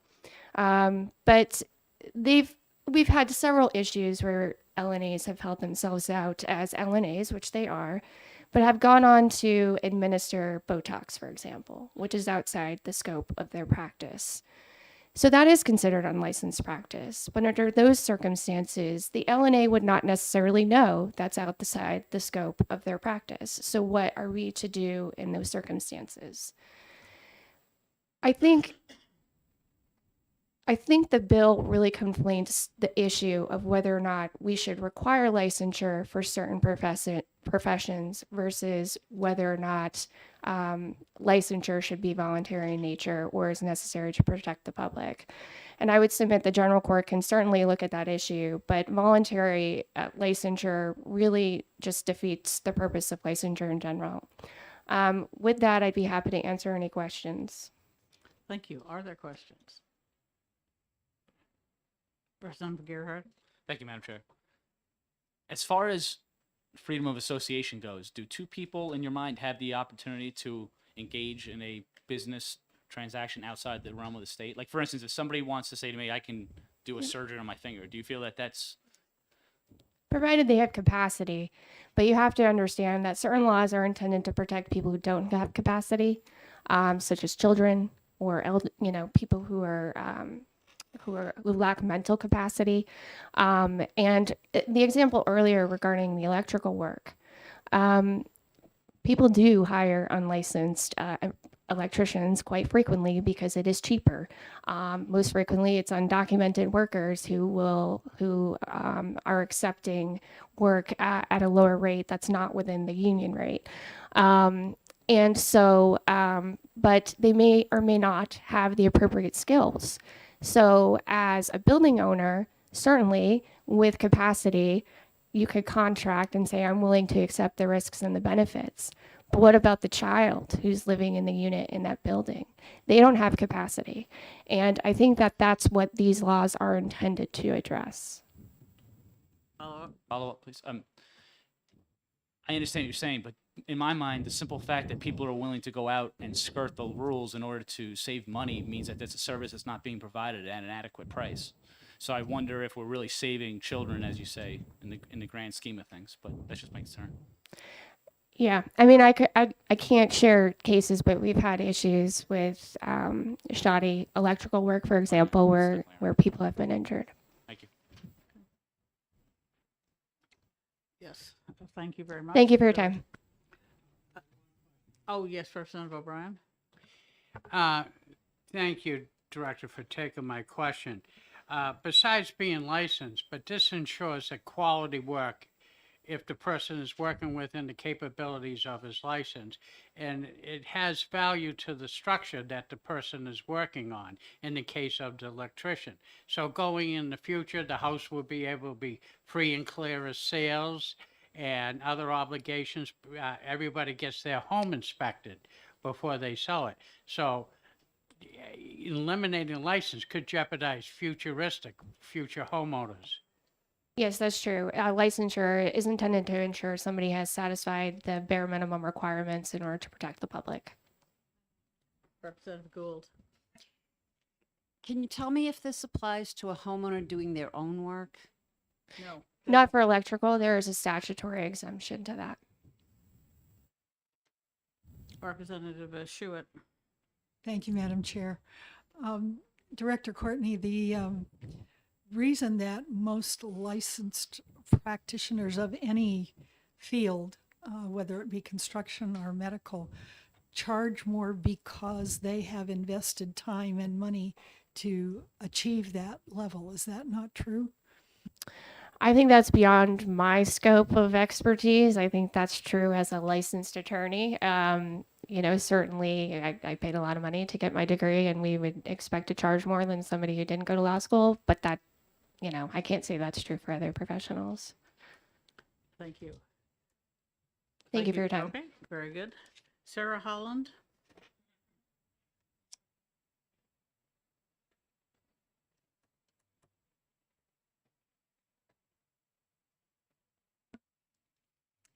Good afternoon. Thank you, Madam Chair and committee members. My name is Sarah Holland. I am a licensed real estate broker, and I'm here on behalf of the New Hampshire Association of Realtors in the capacity of Vice Chair of their Public Policy Committee. As Executive Director Courtney mentioned and affirmed, licensure is to protect the consumer. When we get licensed as a real estate licensee, we do bare minimum education. So we all have a baseline of info in order to protect the public. Each year, we spend countless hours to educate ourselves on the numerous changes in laws and regulations. And these include local municipal changes, state changes, regulatory changes in different professions that we tend to touch throughout a real estate transaction, as well as federal changes. And this is to ensure that we guide our clients through the purchase and sales process without harm. And this is harm that they may otherwise enter simply by being unaware if they did not have us as licensees to guide them through that process.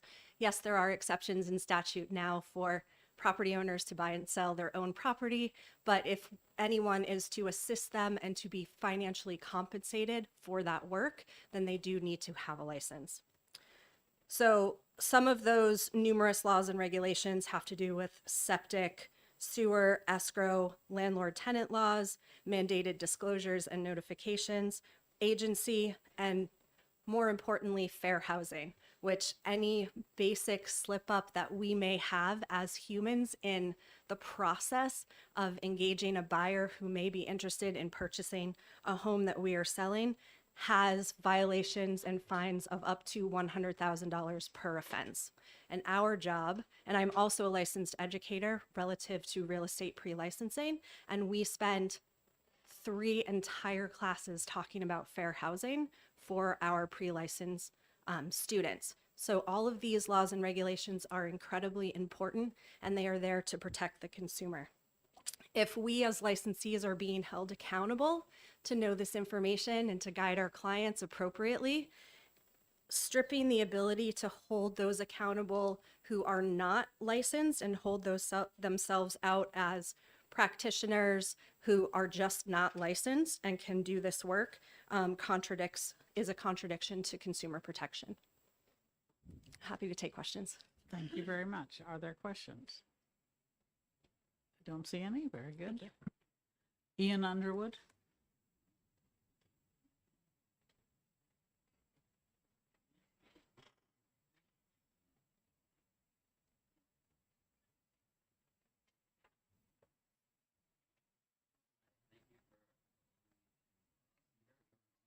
So you better turn your mic on and introduce yourself.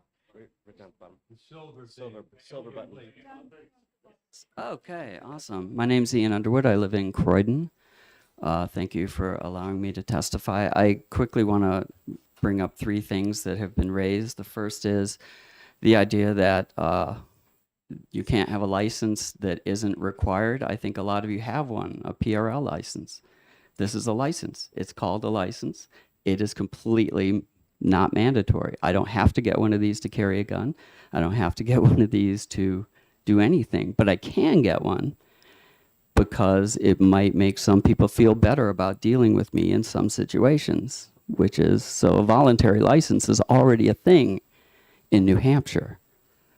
The second thing is this idea that just because somebody has a license that he is somehow capable or competent, and there's a 3-word answer to that, which is public school teachers. They're licensed, they're certified. We have 40% literacy in our schools. So the idea that you have a license guarantees something, I think, is just a demonstrable fallacy.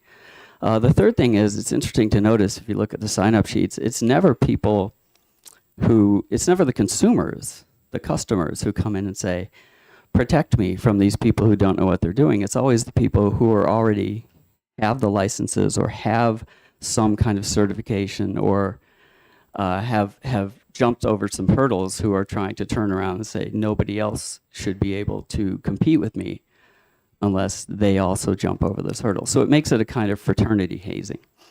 I do have a longer version of my written testimony, which I will provide. And I've written a book about this very topic, which explains why voluntary licensing is really the way to go, especially in New Hampshire. I have copies for anybody who wants one. You can have one for free today. So briefly, there are 5 reasons to support this bill: economic, political, cultural, constitutional, and traditional. The economic reason is that apart from creating a monopolistic price structure, licensing prevents people from offering specialized and innovative services and prevents customers from benefiting from those services. And we're all poorer for that in terms of money and ideas. There's a political reason. As we've recently seen in the last few years, threatening to pull the licenses of people to render them unable to feed and house themselves to make a living is a primary tool now that governments use to crush opposition to official policies, whether misguided or not, and even to get people to stop having certain kinds of conversations. In California right now, if you disagree with the governor about COVID, you can have your license pulled. There's a cultural reason, as everybody knows, and I'm sure all of you know, politics is downstream of culture. People get the government that they understand, that they want, that they deserve. And if you live in a place where you literally have to ask permission to make a living, that actually undermines culturally the experience of freedom that's necessary to sustain the idea of freedom politically. If you get used to just thinking of yourself as a resource and the state can say, well, you're essential, but you're not, and what you do is important, and I'm going to micromanage your business, you stop thinking of yourself as a citizen. You start thinking of yourself as something much more like a farm animal. There's a constitutional reason. If you check out Article 83 of the state constitution, it actually identifies a right of the people and a responsibility of the state. The right is that the people have an inherent and essential right to free and fair competition in the trades and industries. And the state, the responsibility is the state has a responsibility to protect them from all monopolies that would hinder or destroy that right. All monopolies, not just private monopolies, but state monopolies too. And licensing, when you distill it to its essence, is in fact a government monopoly that destroys competition by saying some people can do some things and other people can't. it isn't just a bad idea, it is flagrantly unconstitutional. And there's a traditional reason, finally. So remember, many of you probably remember when you were promised, if you like your health plan, you can keep it. That turned out to be a lie, but it encompasses the spirit of this bill. If you like being able to tell your potential customers that you are licensed by the state, you can still do it. If you need to have a license in order because you want to do the bulk of your billing through insurance, you can do it. Nobody's stopping you, right?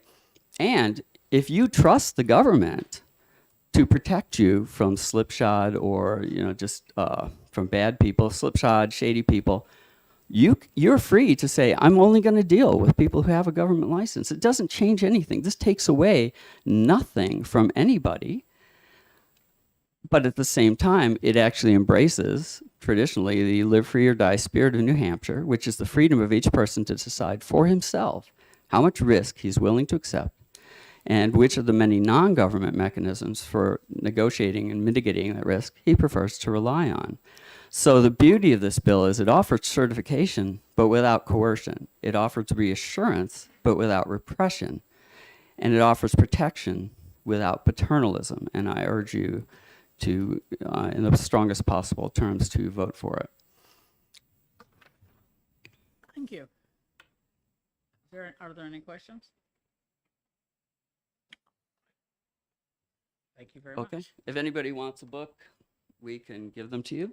Okay, we'll definitely make sure to have one for the file, if nothing else. All right. Thanks. Is there anyone else who wishes to testify on House Bill 507? All right, seeing none, I will close the public hearing, and the committee will resume at 1:15.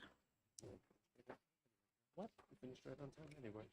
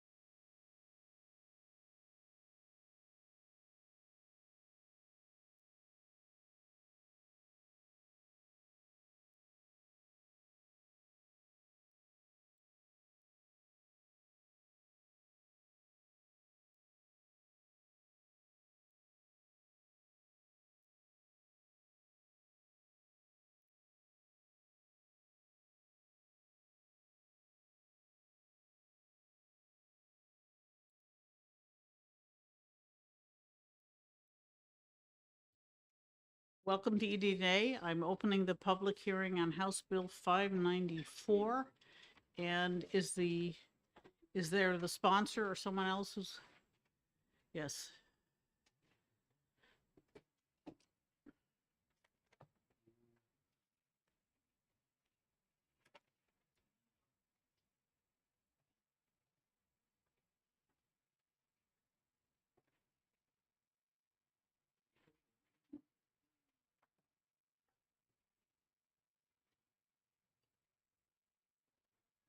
Thank you, Madam Chair and committee members.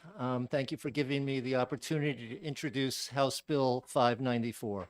For the record, I am Representative Joe Shapiro from Keene, Cheshire 16, representing Keene Ward 2, Alstead, Gilsum, Harrisville, Sullivan, Stoddard, Roxbury, Marlborough, Marlow, and Nelson.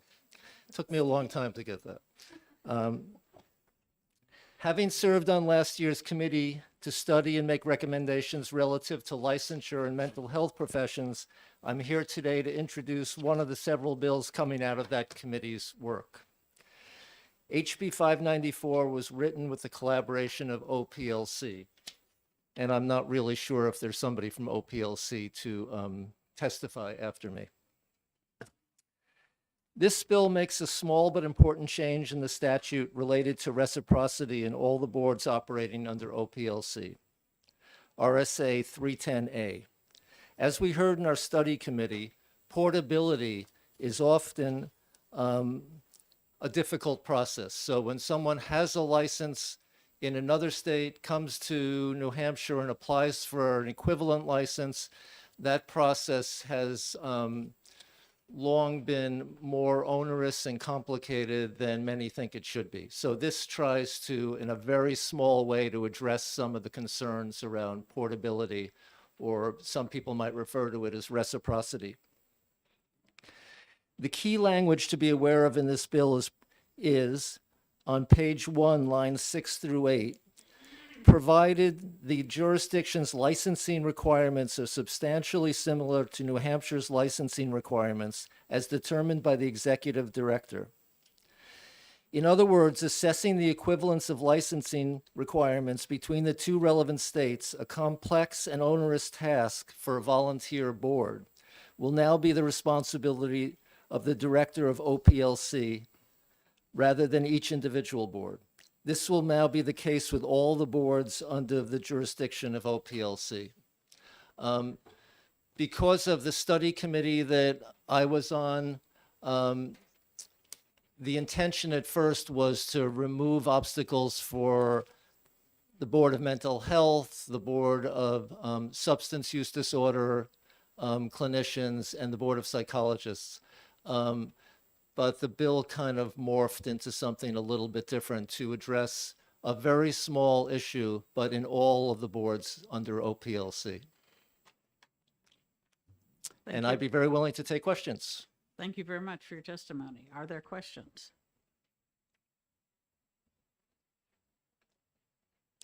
I'd like to thank you for it because some years ago I asked the boards to rule or at least post where they had decided that some states' requirements were substantially similar. And I don't believe any board ever made that determination public. So I appreciate your taking it out of there. Well, I hope that this will address that. And now that the staff of OPLC can do this, that they'll not only do it, but do it thoroughly and have it clearly available for the public and clearly available for people who are applying. Yes, exactly. That was my. And I will say that my intention when I first proposed this bill was to have a substitute for when licenses were not substantially similar from the other state, if the requirements were less in the other state than in New Hampshire, that we could substitute a certain number of years of practice in good standing from those other states. So that proved too complicated at the last minute with OLS and all the boards having different, different types of licensees and different requirements, but that is something I hope to bring in the future. Thank you very much. Are there any other questions? Representative Schmidt? Thank you, Madam Chair. So, to the degree you put it in the hands of the executive director, you are subjecting yourself to the possibility of an executive director who don't like to do it that way. So, have you given consideration to that possibility? I see the advantage, obviously, but what about the disadvantages? Well, I have long been a licensed social worker in the state of New Hampshire, although I don't practice anymore. So I've often dealt with the Board of Mental Health Practice, and I think, and as you know, as you probably hear all the time, people talk about workforce shortage, especially in mental health, and only one part of the puzzle is that it's people complain about the licensing process. And I think there are two issues when it comes for licensing. There are the laws, things like we're trying to address today, but there's also the actual functioning of the boards. And I think, you know, at various times in my career, you could always call the Board of Mental Health Practice, and there was someone who'd been there for a long time and was incredibly knowledgeable and give you the answer you needed. And then at other times, there were people changing all the time, and there was a volunteer board, and they had a hard time getting a quorum, and they had a hard time meeting to make decisions on these things. So I think, of course, anything could go wrong, but I think having a paid professional staff doing this function will give it a better chance of actually happening on a across the boards. Follow up. Follow up. Okay, so the thing is, I see the advantages as you do, but to some degree, mental health is mental health pretty well everywhere across the planet or nationwide for sure. Some boards would be less. I mean, the type of structure that they build in the South versus North is influenced by climate, topography, its culture, and so forth and so on. So the architecture board would be more hard put to discover or to determine compatibility, suitability, and so forth, than mental health practice, your field. So in putting it in the hands of the executive director, you're taking away the board's expertise. So how about that aspect? Thank you for the question. The actual wording is as determined by the executive director in consultation with the boards and commissions. So the intention of having them be involved in the process is certainly there. But and that is a consultation usually means that the executive director would not overrule the input from the board. Is that your understanding of it? Because in creating a record here, that would be helpful to know.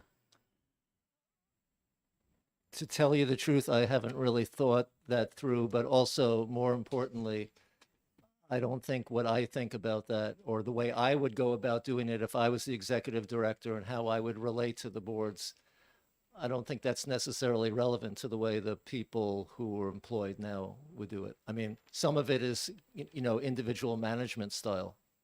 Thank you very much. Are there any other questions? Representative Blackus? First, is this going to go to licensing subcommittee?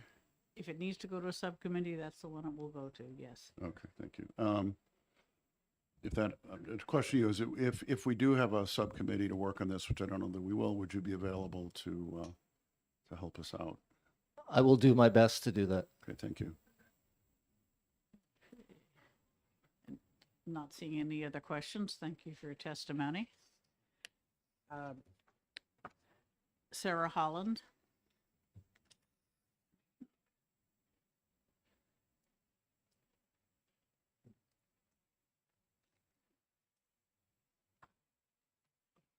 Hello again. Thank you, Madam Chair, and thank you, committee members. My name is Sarah Holland. I'm a licensed real estate broker. I'm here on behalf of the New Hampshire Realtors. We are opposed to HB 594 as it's currently written. We understand that it may have the intent behind it to apply to one or some, but not all professions of the OPLC. And we'll submit that last year HB 1354 was passed and went into effect last August. And this bill allows for recognition of real estate licenses in other states, provided that they first pass the New Hampshire portion of the licensing exam. So this bill, HB 594, would kind of upturn that recognition process and apply reciprocity. And the difference would be in that testing portion and for those licensees to prove that they understand and have a basis in the New Hampshire law to better protect consumers. And from my own personal experience, I am currently licensed in 2 states, New Hampshire and Vermont, and I could tell you that their laws are vastly different. I was previously licensed in 4, and I was licensed in Massachusetts through recognition. I took an exam in order to prove that I understood the Massachusetts laws and regulations. However, from Massachusetts to my licensure in Connecticut, they said, oh, we're fine. You can just have a license, which was unnerving to me. I did not feel comfortable practicing in Connecticut, having zero requirement of their laws and rules and regulations.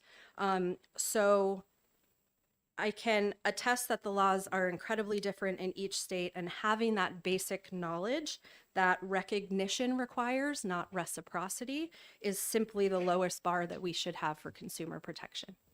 Happy to take any questions. Thank you.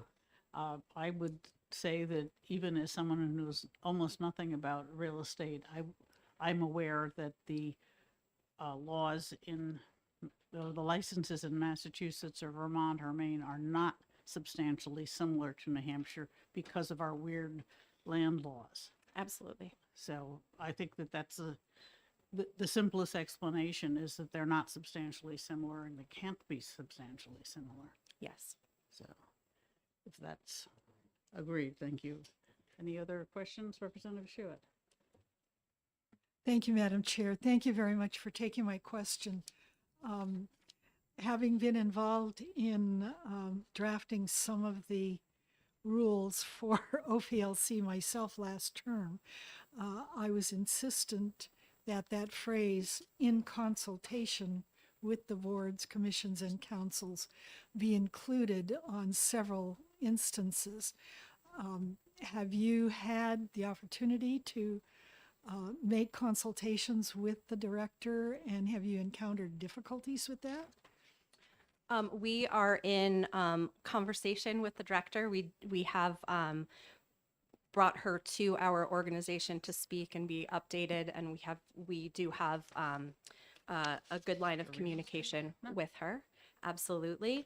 Our concern was that there may be some confusion in how this bill is written based on what we previously passed last year relative to our specific industry. So we just wanted to clarify and be on record doing so. Okay, thank you. Other questions? All right, seeing none, thank you very much. Is there anyone else who wishes to testify on House Bill 594? I Yes. was going to say, I have a question. Well then, it's a good thing she's volunteered, yes. Director, oh, you have a question? For whom? Sorry, for our Executive Director, Courtney. That's why I was going to invite to up to speak, yes. You didn't think you could escape, did you? Good afternoon. For the record, Lindsay Courtney, Executive Director, Office of Professional Licensure and Certification. I'd be happy to answer your question, Representative Lucas.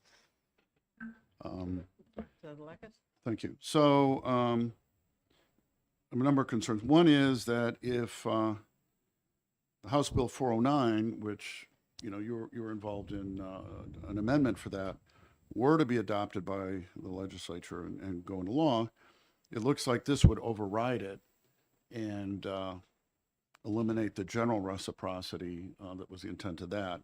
So my question is that correct? And related, are there any other licenses where there are some reciprocity provisions that might be less restrictive, where passing this would make it more restrictive? So I'll answer the second question first, which is I'm not aware of any that are less restrictive. And actually, in 332G, I think it's 12, which only applies to our Title 30 boards. It doesn't apply to our non-Title 30 boards. I believe they use the term substantially equivalent. We chose to use substantially similar. Maybe there's not too much of a distinction, but the intent was to be a little bit less restrictive, because what we've observed is that equivalency language is often utilized even if you meet 95% of the requirements. Like, what is substantially equivalent? Substantially similar would give us a little bit more flexibility in assessing those requirements. In terms of the other question as to how many other reciprocity type statutes exist, most boards have some language in their individual practice acts that allow them to promulgate rules and licensure requirements for individuals who are licensed in other jurisdictions. I would say, though, that the boards have not consistently exercised that authority, and also the requirements vary substantially. When I think of reciprocity or portability, I think of essentially, if you have another jurisdiction with very similar requirements, not requiring that person to jump through extra hoops to get a license. Some boards have license types that are based on endorsement, but actually require them to do more than a licensed person who takes an examination. The Board of Psychology, for example, if they have a licensure by endorsement or reciprocity, they still have to go and get their supervisors to sign off, even if they've been licensed for 30 years, in addition to getting verifications of licensure. So globally, what this is intended to do is create one process for the office to manage and implement as it relates to portability. The idea was to take it out of 332G, because that doesn't apply to all of our boards, put it in our statute because it applies to all of our boards. And because we've observed that actually, I don't think any board has made an official determination under 332G as to what other states are substantially equivalent, we thought by giving it to the OPLC in consultation with the boards, that would kind of force the issue a little bit. We would have a little bit more control over making that happen, implementing it. So I hope that answers your question. Follow up? Yeah, it largely does. I still have a specific question about HB 409, where we're looking at, assuming it were going to law, do something that was actually a little less restrictive than this. So would it require some amendment to this to let 409 work if it were? And then if the answer is yes, if you could work with us on some language. I actually think it would obviate the need for HB 409, because this would create a structure where essentially most states are, for cosmetology anyways, are if not all states are substantially similar to our requirements. I think we heard that testimony with respect to HB 409. There are some hours differences, but when we talk about similarities, I would not envision a scenario where jurisdictions would be eliminated. And the other thing that I would offer with respect to the experience issue that was discussed by Representative Shapiro, we have similar language in the massage statute, which is an advisory board. And we just promulgated some rules using this language that allows us to take into consideration experience if the hours requirements of another jurisdiction is not the same as our hours requirement. So I do think under rules that could be certainly something that we consider as well, because if you've participated in a cosmetology program that's 1,000 hours, ours is 1,500, but you've practiced for 30 years, is that not a substantially similar requirement? I think one could make that argument pursuant to rules. Okay, thank you. I was not reading substantially similar as broadly as you apparently were. And is it actually true that with this language, you can put in place rules that would help you define what, you get approval for defining what how broad that range is, I guess the question. Yeah, I think we would rely on our existing rulemaking authority to implement that. Again, that is a question, right? What is substantially similar? And we've had a couple of boards undergo basically a policy audit through a contract that we had a couple of years back. One of them was the Board of Licensing for Alcohol and Drug Use Counselors. And they did a whole analysis nationwide as to what every state's requirements were. And were able to present to us, if you determine that substantially similar is 70% of the requirements, you're going to get 30 states, for example. If it's 80%, you're only going to get 8. So what is the percentage in terms of the requirements as to what is substantially equivalent? The board hasn't made that determination yet. So we would like to work with them to make that determination. And I think it's fairly broad as to what's substantially similar. Okay, thank you. Any other questions? Representative Schmidt? Thank you, Madam Chair. So the thing is, with your legal background, you're probably unusually qualified to get into the thing is, this is going to require much more engagement from you on these types of issues. Obviously, to the degree you can depend on boards to provide you with good information, it's not going to be you like Atlas lifting the world, but it is going to be more work. Is that an aspect that you have reservations about this bill? No, I actually think it'll be helpful to the office because right now we are managing and trying to basically harmonize statutes with the same intent but with different language. You've got the reciprocity language in 332G, you've got an Each Practice Act, you've got some temporary licensure. It would be nice to have one that we could look to and work with the boards to implement. Under OPLC statute, that would certainly be a statutory directive to us to make sure that we have we're meeting the requirements of this proposed statute. So, essentially we would move forward with working with the boards, and my expectation is that they would work with us and provide us with their feedback. But if they didn't, the end result would be we would do it without them, which is why I think they would probably participate and we would actually get a solution. The fact of this bill becoming the statute gives you a pretty big hammer. And so as long as you're comfortable with the idea of proceeding, you're going to be the executive director for another 15, 20 years, right? So the bottom line is, as I say, with your legal background, you're going to have a different capacity than somebody who doesn't have that. But as long as you're comfortable with it, that's important.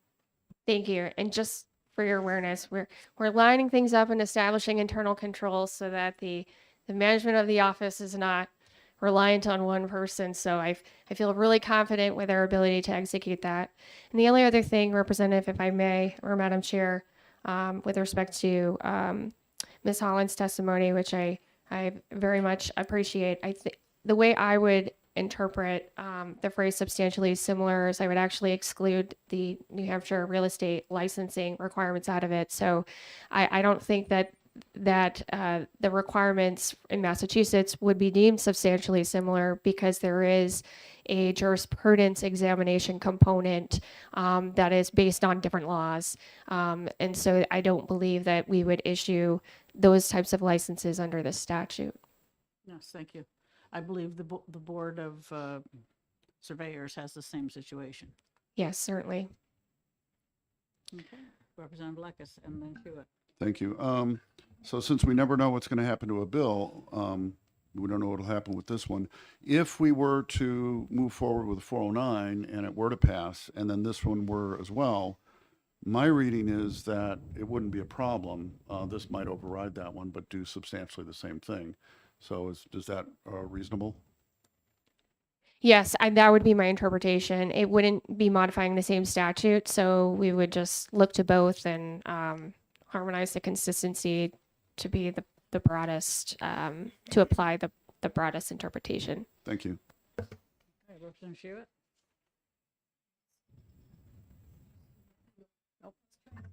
No, I had my hand raised, but the director anticipated my question on the Realty Board and answered that, so I'm all set. Great. Okay, excellent. Anyone else have a question? Okay, Thank you for your very time. much. All right, that's, does anyone else wish to testify on House Bill 594? Not seeing anybody, we'll close the hearing. And, So the question of subcommittee was raised. Have you reached a decision on that, or? I don't believe it needs to go to subcommittee. I think we can discuss it in the executive session. I agree with that, but I Yeah. just wanted to have your determination. Yeah, I agree, Okay. because it doesn't sound like there's a need for an amendment, which is what I was concerned about. So it's Me which is too. good. In fact, since we have 20 minutes, do you want to exec this? I'm fine. I mean, it's not up to me. Jackie? Jackie? Yeah. Yeah, no, that's.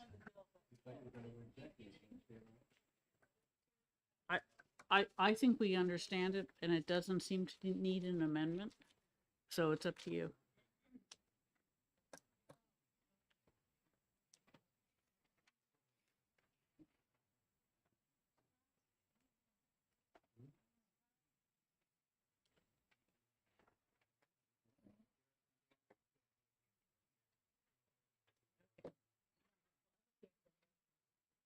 Okay.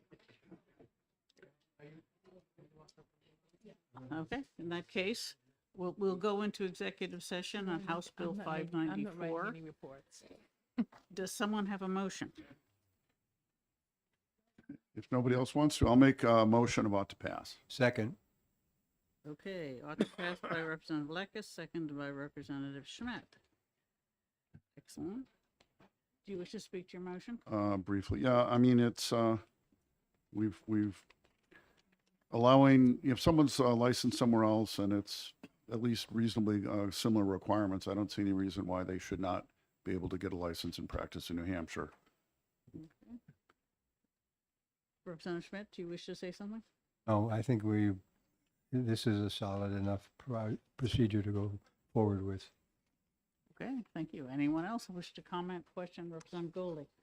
Thank you, Madam Chair, and I will just state that I was happy to hear the director's response to the concerns the Board of Realtors had, and I think that is taken care of, so I'm all set with voting in support of this. Yes, okay, thank you. Anyone else? All right, seeing none, the motion is ought to pass by Representative Lekis, and the clerk can call the roll. Representative Simon. Yes. Representative Lakis. Yes. Representative Bailey. Yes. Representative Santonastaso. Yes. Representative True. Yes. Representative Dolan. Yes. Representative Weber. Yes. Representative Gerhard. Yes. Clerk votes yes. Representative Groda. Yes. Representative Schmidt. Yes. Representative Goley. Yes. Representative Shewitt. Yes. Representative O'Brien. Yes. Representative Davis. Yes. Representative Fitzpatrick. Yes. Representative Gould. Yes. And the chair. Yes. And we have a vote of 18 yea, 0 nay. Excellent. The motion passes 18-0. Is there any objection to consent? All right, seeing none, we'll put that on consent.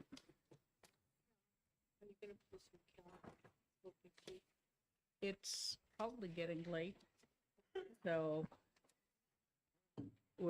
they're busy dealing with the reports that were turned in this last night and this morning. Unless you have one ready, Representative Hilakis. All right. Okay. Okay, this is, that's the end of the executive session, and we have 15 minutes until our next hearing. So.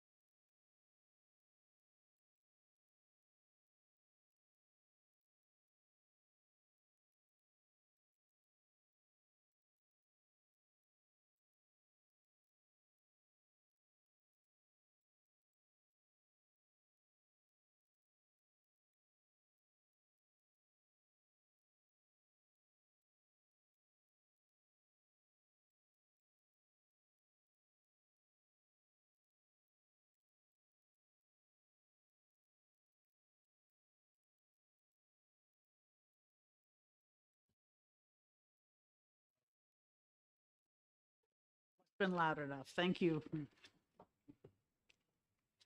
Thank you very much. For the record, my name is Representative Rosemary Rung, and I represent Hillsborough District 12, which is the town of Merrimack.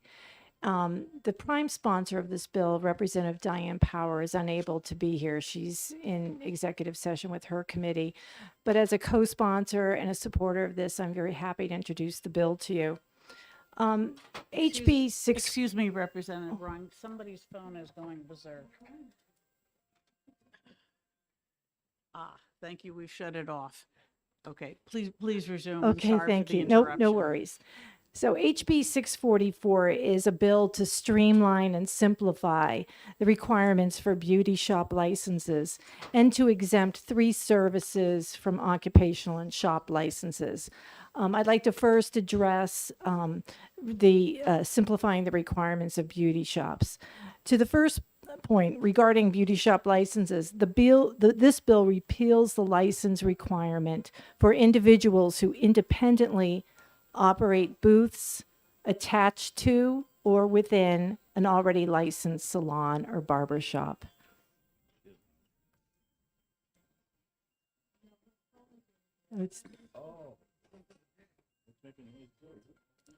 Please excuse us for having That's a okay. technological failure. There we go. Okay. Sorry for the Would you like me to interruption. continue, Madam Please, Chair? Okay. please. As you may be aware, it's not uncommon for a hairdresser to rent a stall at a beauty shop owned and operated by another hairdresser. Often this occurs when the owner has extra chairs or sinks, dryers or chairs, other setups that the number of stylists she or he employs and wants to use and has extra to use to rent to defray the costs. So it's usually a salon, maybe there's 6 setups, but she's only employing maybe 3 stylists. She may rent those other setups. In my experience, and I have frequented hair salons often over my years, a customer cannot distinguish between the rented stalls and those which are owned and operated by the owner or the stylist at work. It doesn't make much sense to require the rented stalls to have a separate shop license from the shop license already required of the owner of that shop. And that requirement is in RSA 313-A:19. This bill also exempts 3 niche beauty services from occupational and shop license requirements. These services are shampooing and blow-dry styling, threading, and makeup applications. Under current statute, individuals who desire to provide these limited beauty services to clients must have a cosmetology, barbering, and aesthetics license issued by the state. Currently, in order to become a licensed beauty provider in New Hampshire, a person must invest substantial time and money, oftentimes incurring significant financial debt. In New Hampshire, the average cosmetology program costs over $19,000. It costs $200 for the exam, and a person must have 1,500 hours of education time. In comparison, only 150 education hours are required for an EMT to become licensed. So really, does shampooing, blow drying, running a thread over someone's eyebrows, or applying makeup pose such a public health risk to mandate this extensive cost and regulation? Moreover, these occupational licensing requirements disproportionately affect economically disadvantaged individuals, the majority of whom are women. We need to focus on making it easier for them to launch into a profession by removing unnecessary and expensive obstacles. As far as the salons dedicated only to shampooing, blow drying, threading, and makeup application, these are very different from traditional full service salons. First, they offer only these basic niche services which are inherently safe. They do not use or store chemicals that permanently alter the shape or color of hair or skin. Threading salons use cotton thread and is the most ancient, the safest, and natural forms of hair removal. It does not involve the use of debilitatory chemicals, hot waxes, or sharp tools. And unlike traditional full-service salons, blow-dry bars offer safe, limited services, including shampooing, conditioning, blow-drying, and styling of hair. These specialty salons do not cut hair, nor do they use chemicals or dyes. Blow-dry bars, not to be confused with other common bars we may know of, are no different than hair braiding salons, which were exempted in 2017 by the New Hampshire General Court from state licensing by the Board of Barbering, Cosmetology, and Aesthetics. Shampooing, blow drying, using cotton thread, and applying makeup are activities that thousands of Granite Staters do every day themselves. Even children do them without the requirement to go to school to learn them. We should not require time-intensive and expensive requirements for someone who simply wants to do it for income. So I recommend House Bill 644 ought to pass, and I hope you join me. Thank you, and I'd happy to entertain any questions. Thank you, Representative. Are there any questions? Representative Lacus. Thank you. My only question is, if you have that testimony in written form and you haven't emailed it, would you please do so? Yeah, I'll actually hand it out. If you could email Oh, electronically. I'll not- email it to. Great, Okay, thank you. Okay. Representative Broda. Thank you. I believe we heard this bill last year. Does it say something about eyelash extensions? Thank you for the question, Representative. That was removed from this bill. Okay, thank you. Yep. So this bill says nothing whatsoever about eyelashes. No, eyelash extensions do require an adhesive that's applied near the eye. It's on the eyelash. So there was concern last year that that was part of the bill. So Representative Power, and I had discussions with her about it last year, removed it from this version. Okay, other questions? Representative Gould? If someone else is going to testify who could answer this better. Thank you, Madam Chair. My question is, in order to understand fully, if you could explain the cotton threading of the eyebrow. Somebody could probably answer that. I use the dangerous tweezers, so I don't really know about the cotton threading, but I have heard it's very safe. It's an extremely old, ancient form of removing hair. Anyone else? Representative True. Thank you, Madam Chair. Thank you for taking my question. You'll see that I don't get out much.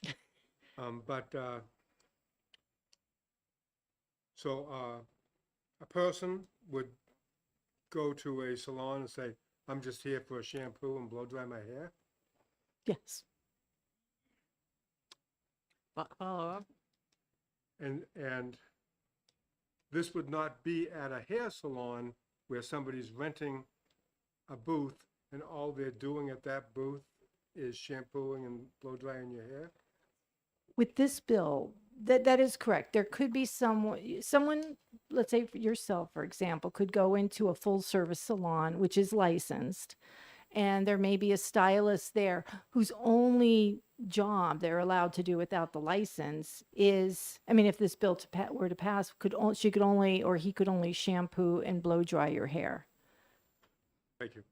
But presently, that's not true. Someone that's only limited to those tasks could still be, the state currently requires a license to do that. Thank you. But this would not prohibit a licensed cosmetologist from doing this should they choose. Correct. And thank you for that comment.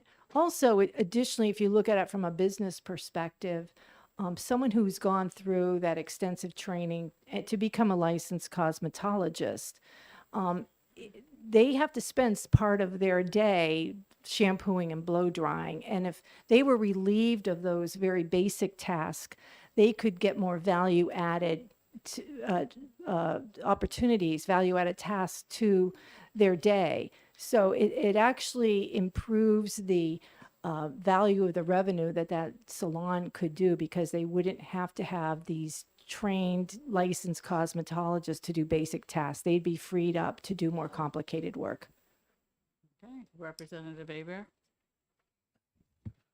Am I allowed to clarify that question for my colleague? You want to make a statement? Yeah. Not normally in Nope. the Okay, consent thank you. hearing. All right. We'll take it offline. Representative Broda? So by removing, and I guess it's a question for anybody who can answer it, by removing arranging, dressing, curling, waving, cleansing from the definition of cosmetology, cutting, bleaching, coloring, chemically altering, treating the hair, does that mean that cosmetologists can no longer arrange, dress, curl, wave, and cleanse hair? No. So why are we If it is- taking? If it is not, if you don't need a license for it, then the cosmetologist can do it. Well, I mean, I think we're getting into, I'm just clarifying. We're not Yeah. getting into anything. I'm just Okay. I have no, I just want to understand this because this is something that we have had before us, and I just want to make sure. yes, Representative Schmidt. So is this going to a subcommittee? It sounds like it needs to. Right, okay, because I don't think we should get into all this stuff. But I was also going to ask whether Representative Aber could phrase a question that would bring out the kind of thing that you want to make a statement about. Maybe you could ask a question, because this is an area, as you can see, that I'm not too very qualified in, nor do I want to be for that matter. But I do think that this is important because we're talking about businesses that are, flourishing or maybe not, but they would like to. So let's get it right. All right, thank you, Representative Aber. I have a question.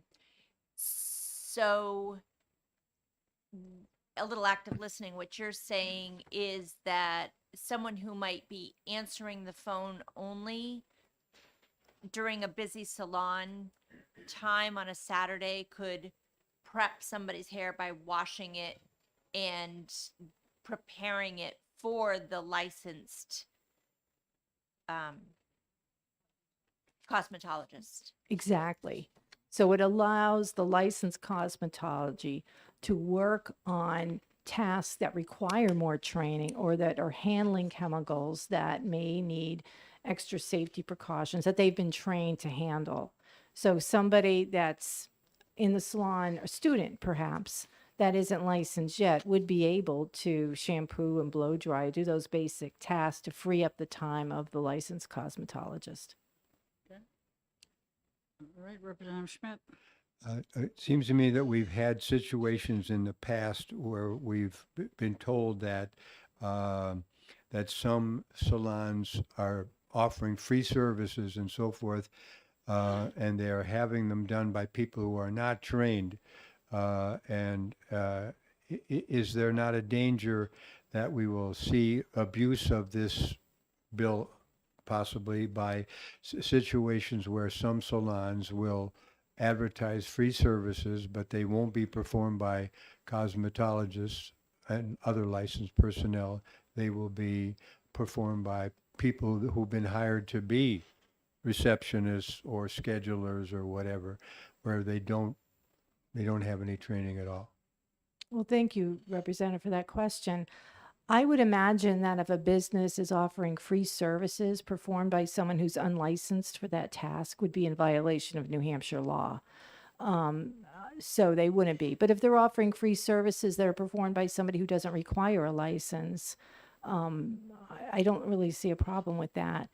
I also kind of correlate this if we look at the field of an electrician, a master electrician can do anything that's needed to do for a wiring project, whether it's industrial, commercial, or residential.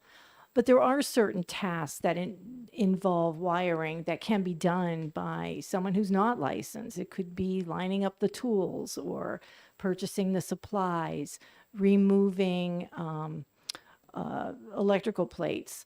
you know, if we require a master electrician to do all those tasks, that's less time that they can devote to those tasks which actually require a higher level of training. With this bill, the premise is that you don't require extensive training. You're not posing a public health risk by having someone shampoo, blow dry your hair, or apply your makeup. Okay, Yeah. yes, Representative Schmidt, we realize you're not a consumer. Representative Gerhard. Thank you, Madam Chair. Just curiosity's sake, has there ever been any instances of barbers gone wrong? And I mean, just with shampooers, is there any instance of people actually suffering from unlicensed shampooers? I'm just curious. Like, is there? Thank you for the question. I'm not aware of any, but as a customer of these services, even if I go into a shop where there is a licensed cosmetologist, there may be some factors of that I said, yeah, I don't really want to be there. Maybe just the style, or maybe the product they're using isn't something that I like. So the customer still has a decision making. The customer still can assess whether the shop they're going to, the cosmetologist maybe isn't practicing hygiene the way they should under a license. But I think we have to give credit to the customer to assess a situation where they may be at risk. Thank you. Any other questions? Thank you very much. All right, thank you very Representative much. And I will distribute my written testimony. I'll email it to the committee as well. Thank you. Ross Connolly.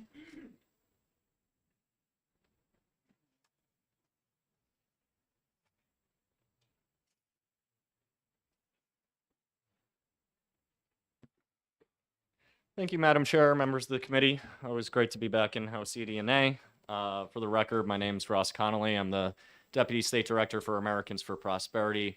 Here to voice our support for HB 644. As was mentioned, this is a bill that should be familiar to the veterans of this committee. It came up last year and passed overwhelmingly in the House, and a lot of the criticism of the bill in the Senate was around the eyelash extensions. So the compromise that we came up in response to that was to remove that section, since there could be a concern of adhesives being used in that process. But this bill simply removes the licensure requirement for styling hair and makeup application, as well as those separate booths within salons that was mentioned by the previous speaker. All of these services are very low risk to the consumer.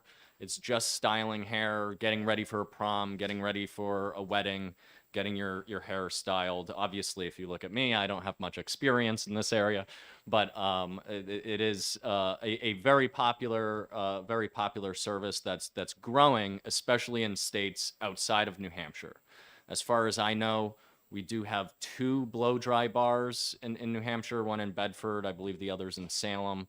But at Hudson, as Representative Lekis points out, if we want to see this industry grow, it's really onerous to require these very niche services to go through the thousands of hours it takes to get a cosmetology license, the enormous expense of going to the school, and the expense of the license. So we look at this very similar to when we supported the bill that removed the requirement for hair braiders back in 2017. It's very similar, very low risk to consumers, and could be a big economic boom for these folks that maybe they want to get the full cosmetology license later on and grow into the industry. This gives them a foothold to start earning money in this area, and they can eventually afford the school if they want to provide the full suite of services. So with that, we think that this is great legislation, and encourage the committee to move this bill out to pass. And I'd be happy to take any questions if there are any. Thank you. Representative Schmidt. Thank you, Madam Chair. So one of the things that has not really been discussed in our hearing thus far is the question of hygiene. We've been talking about procedures. but hygiene is a big deal whenever you're dealing with people handling other people's hair, nails, or whatever. And so what provisions do you see being influenced by this bill involving hygiene? Thank you for the question, Representative. As Representative Rung mentioned, this is a service. Most of these services are very obvious if there is a mistake to the consumer. The nails aren't painted right, the hair isn't styled right. The greatest check on that is the consumer not returning to that establishment. So we believe that the market forces really protect the consumer the most in this area because there is not an enormous risk of bodily harm.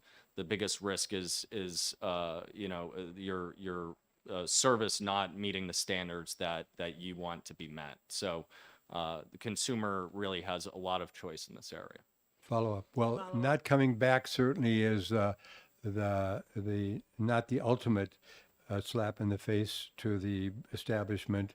The biggest slap in the face would be a lawsuit because somebody did something wrong. So the establishment suffers by the customer not coming back or something was done wrong, but the customer is harmed potentially by that. And so that's a concern I have with regard to whether you think this is an area you have testified before us on a number of occasions previously. So are you satisfied that that this aspect of somebody who has potentially no training could be doing this kind of thing, and in terms of hygiene, which conveys disease potentially? Thank you for the question, Representative. We certainly believe so, that the risk is very low. And for those larger risks, whether it's fraud or damages, they find a way to make bodily harm, those things are still able to go through a civil suit process. There would be an ability to get restitution in very extreme circumstances. The license requirement is really a threat that will take away the license. So those other avenues still exist. It's just the requirement for the licensure is removed. Thank you. Representative O'Brien. Earlier today, thank you for taking my question. Thank you, Madam Chair. Use electricians as the example. I could go to work for an electrician as a journeyman or apprentice, yet I am working underneath that electrician's license. If my performance was substandard, it caused a particular issue, that comes to the responsibility of the master or licensed technician. You're talking about consumer protection. I just don't show up. You get a bad haircut, don't show up. But what happens if something more serious? Why not having, is there any guarantee the shop owner or anybody there, are you working, why wouldn't you have it that they're working under that person's particular ticket? Thank you for the question, Representative. If I'm right, is this in reference to the salon Right. booth? So that's obviously, you're working in a licensed salon in that instance, and you have that oversight. We think that's very appropriate. That person can, again, grow into the industry, learn real skills in real time. So that we think that's a very appropriate check on that, similar to electricians. When it comes to the niche beauty services, if someone messes up your electrical work, there could be serious consequences. I am not an expert in doing electrical work. I usually have my brother or somebody do that. But I do style hair. I do it every morning. I comb it, not very well, but I think most people are proficient in that area, and that's the area where we think the market forces are a good solution to bad performance. follow up. I'm not very comfortable with having the market determine it as compared to having some form of regulation. And there's nothing I see in there, like you make the suggestion that it could happen, but there's nothing in the law that says that you must be under the supervision of a licensed cosmetologist. Am I correct? In order to style hair, correct. Right. And I also do a good job on my own with my hair. Thank you. Thank you, Representative O'Brien. Representative Fitzpatrick. Like my colleague to the left, I have very limited experience in any of this. But I would like, I'm sympathetic to your argument, but could you give me some ease of that by describing to me what tools do the people use when they're performing these services? I'm thank you for the question, Representative. I might not be the best person to answer this question. I'd probably defer to those behind me who have more expertise in this actual field. You know, again, we look at it as there are alternatives to licensure that still exist, whether that's through insurance, whether that's through inspections or market forces, and for a very, very low risk industry. We're talking about styling hair, things that in Massachusetts, you know, surrounding states have lower requirements for, and there are a growing number of states that require no licensure for these particular services. So those are sort of our take on it. Just as a follow-up, but we're not talking about scissors, are we? No. No, There- cutting, there's no cutting, cutting. cutting is explicitly left It's for the license. something totally different. It's combing, styling, gelling, and cleaning hair. Okay, thank you. Thank you, thank you, madam. Other questions? Yes, Representative Groda. So let's say you go to the styling bar and you get your hair done, and the customer says, well, do you think you can make my hair a little shorter? What's going to happen? Thank you for the question, Representative. If they actually perform the cutting of the hair at a blow dry bar, that would be a violation of New Hampshire law. Follow up. And how is that going to be verified? Thank you for the question. Again, I think there is still oversight in this since these services do still fall under the cosmetology board.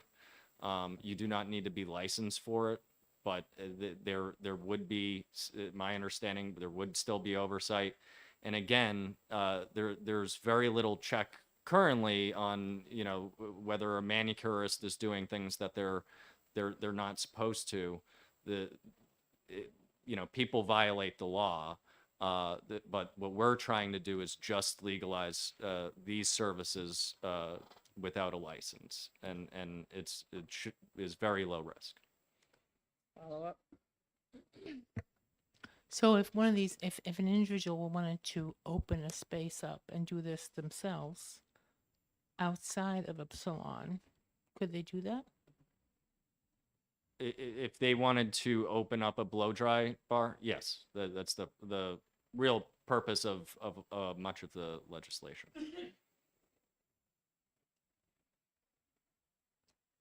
Because currently you need to get 1,500 plus hours of training.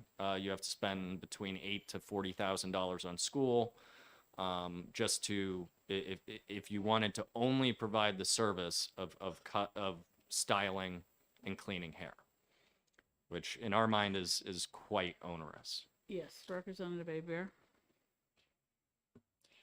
I think that the blow dry bars that you're seeing pop up, and I have seen the one in Hudson, I have not seen the other one, it is the same terminology as an updo. It's no different than an updo. There's no cutting, there's no dyeing, there's no coloring, there's no shaving, it's literally wet your hair, shampoo your hair, put some product in, and blow dry it the same you would do at home, other than like there's no epoxies, it's just an updo. I'm on my way out for the night, and that's it. Is that correct? Correct. It's something most of us do. Maybe Representative Schmidt aside, what most of us do every single morning. I think you look great, Representative. Yes, thank you. Representative Gould? It's my understanding that common and cosmetology population that would use this service, or not, maybe not predominantly anymore, but anyway, elderly people who have trouble raising their arms, what have you. So an alternative to going to a bar would be what? Maybe a home health care aide coming into the home to shampoo elderly people's hair? Thank you for the question. Yeah, currently, I had a grandparent in a nursing home for many years that I looked after, and they would have a barber or cosmetologist come to the facility. But certainly, this would help in providing more options for those folks that might be disabled and can't do it themselves. Follow up. And do you know what kind of cosmetology training a home health aide has to wash elderly people's hair? I do not. None. None, most likely. All right. Anyone else? Yes, Representative Gerhard? Thank you, Madam Chair. Do you, if you would agree with this or not, I'm not sure, but in a situation like this, would you see a voluntary association or trade association forming just to certify the members of?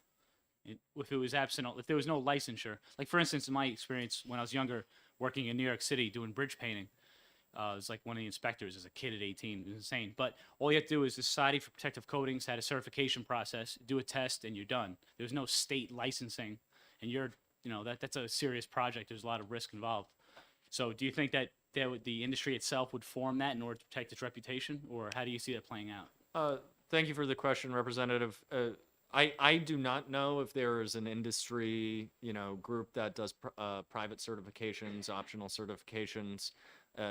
Maybe one of the speakers behind me does, but voluntary certification, license and licensure is something that is a solution in many different industries. I know scuba divers do not have a license; it's a private certification. So that's usually, especially for some of the other industries that may pose a little more risk than just styling hair or painting nails, that is a good safety check. I don't know if it'd be exactly necessary for this, and I'm unfortunately not able to fully answer your question whether that exists or not. Thank you. Yes, Representative Mr. Connolly, I'd like to mention that nails are not mentioned because dealing with nail polish involves a significant number of nasty chemicals. So no nails. And sharp tools. Yes. So that's not included. So anyone, other questions? All right, thank you. Thank you very much. Sophia Greenmill? I probably mangled your name, but...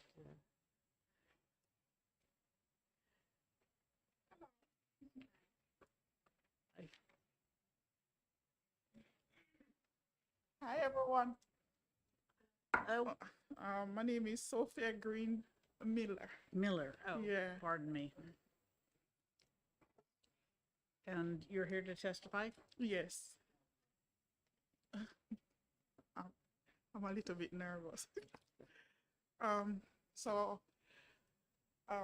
am the owner of Touch by Sophie hair braiding salon in Maine. And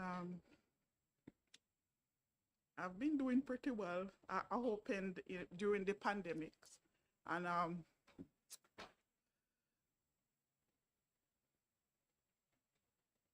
it has been good.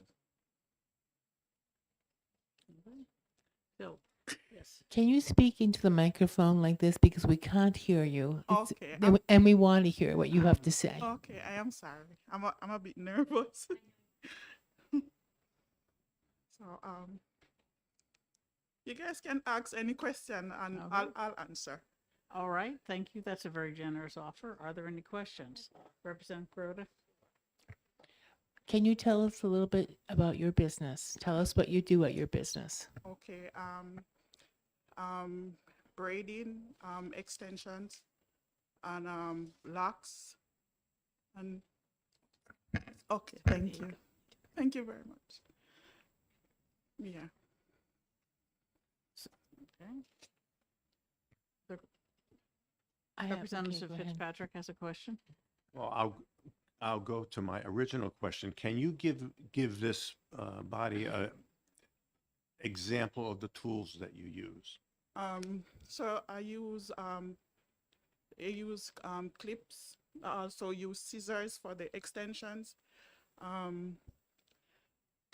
do shampoo wash and stuff like that. That's it? And Thank a you. blow dry. I use a blow dryer also. Okay, thank you. Combs and brushes, perhaps? Could you Comb please? and Yes, brushes. and combs and brushes. Yeah, sorry. Thank you, Madam Chair. Thank you. All right, Representative Gerhard, and then Aber. Thank you, Madam Chair. Where do you stand in decision on this bill? Do you support it? Do you oppose Oh it? yes, I do. You support it? Oh yes. Why do you support it? Because it has done, a lot, for me. I'm gonna get emotional.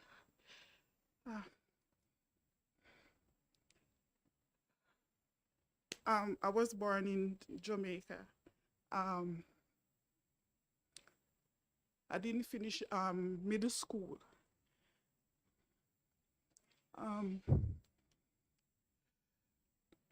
Nobody believed, believed in me, so they gave up. They gave up on me. They said I wasn't gonna amount out to be anything good. I'm gonna be a croft. So that's when I started practicing and doing hair. And at first I started braiding on, grass, weeds outside. And I wanted to go to school, but I couldn't afford to. So I started doing domestic works, like go around and wash, people clothes from XYZ. Then I started to take care of kids where I live on the premises and take care of kids, do housework and stuff like that. And at one point, I'd saved up enough money to start school. But then it didn't work out. I had was to stop from school and just continue working because I had two daughters, and at the time it wasn't, I couldn't. So I just keep practicing. Then I started to love doing makeup too. And so at that time, I couldn't afford the powder that you use on your face. So I would use the Johnson baby powder to make my face cool. And then I'll use either the charcoal, the black charcoals with matching stick or the black shoes polish to draw eyebrows. So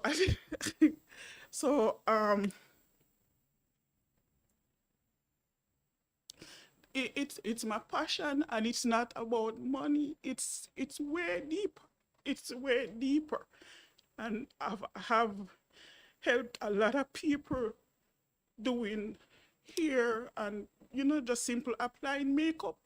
For them, some people they come to me, they're depressed like me. I have PTSD, depression, and it helps me just doing my hair, doing my face. It helps, and it helps a lot of people. I've traveled, do makeup for wedding, and I don't charge here in New Hampshire, in Maine. People come at the shop, they come for hair, and they'll ask me to teach them how to, to do their eyebrows, what brand powder, what brand foundation, etc. To buy and stuff like that. So, it's a passion, and I'm grateful, and I'm thankful that I'm able to be doing this.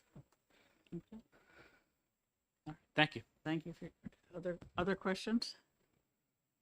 No, thank you very much for your testimony, and I hope you'll be able to add these services to your list of provisions. Thank you very much, everyone. Okay.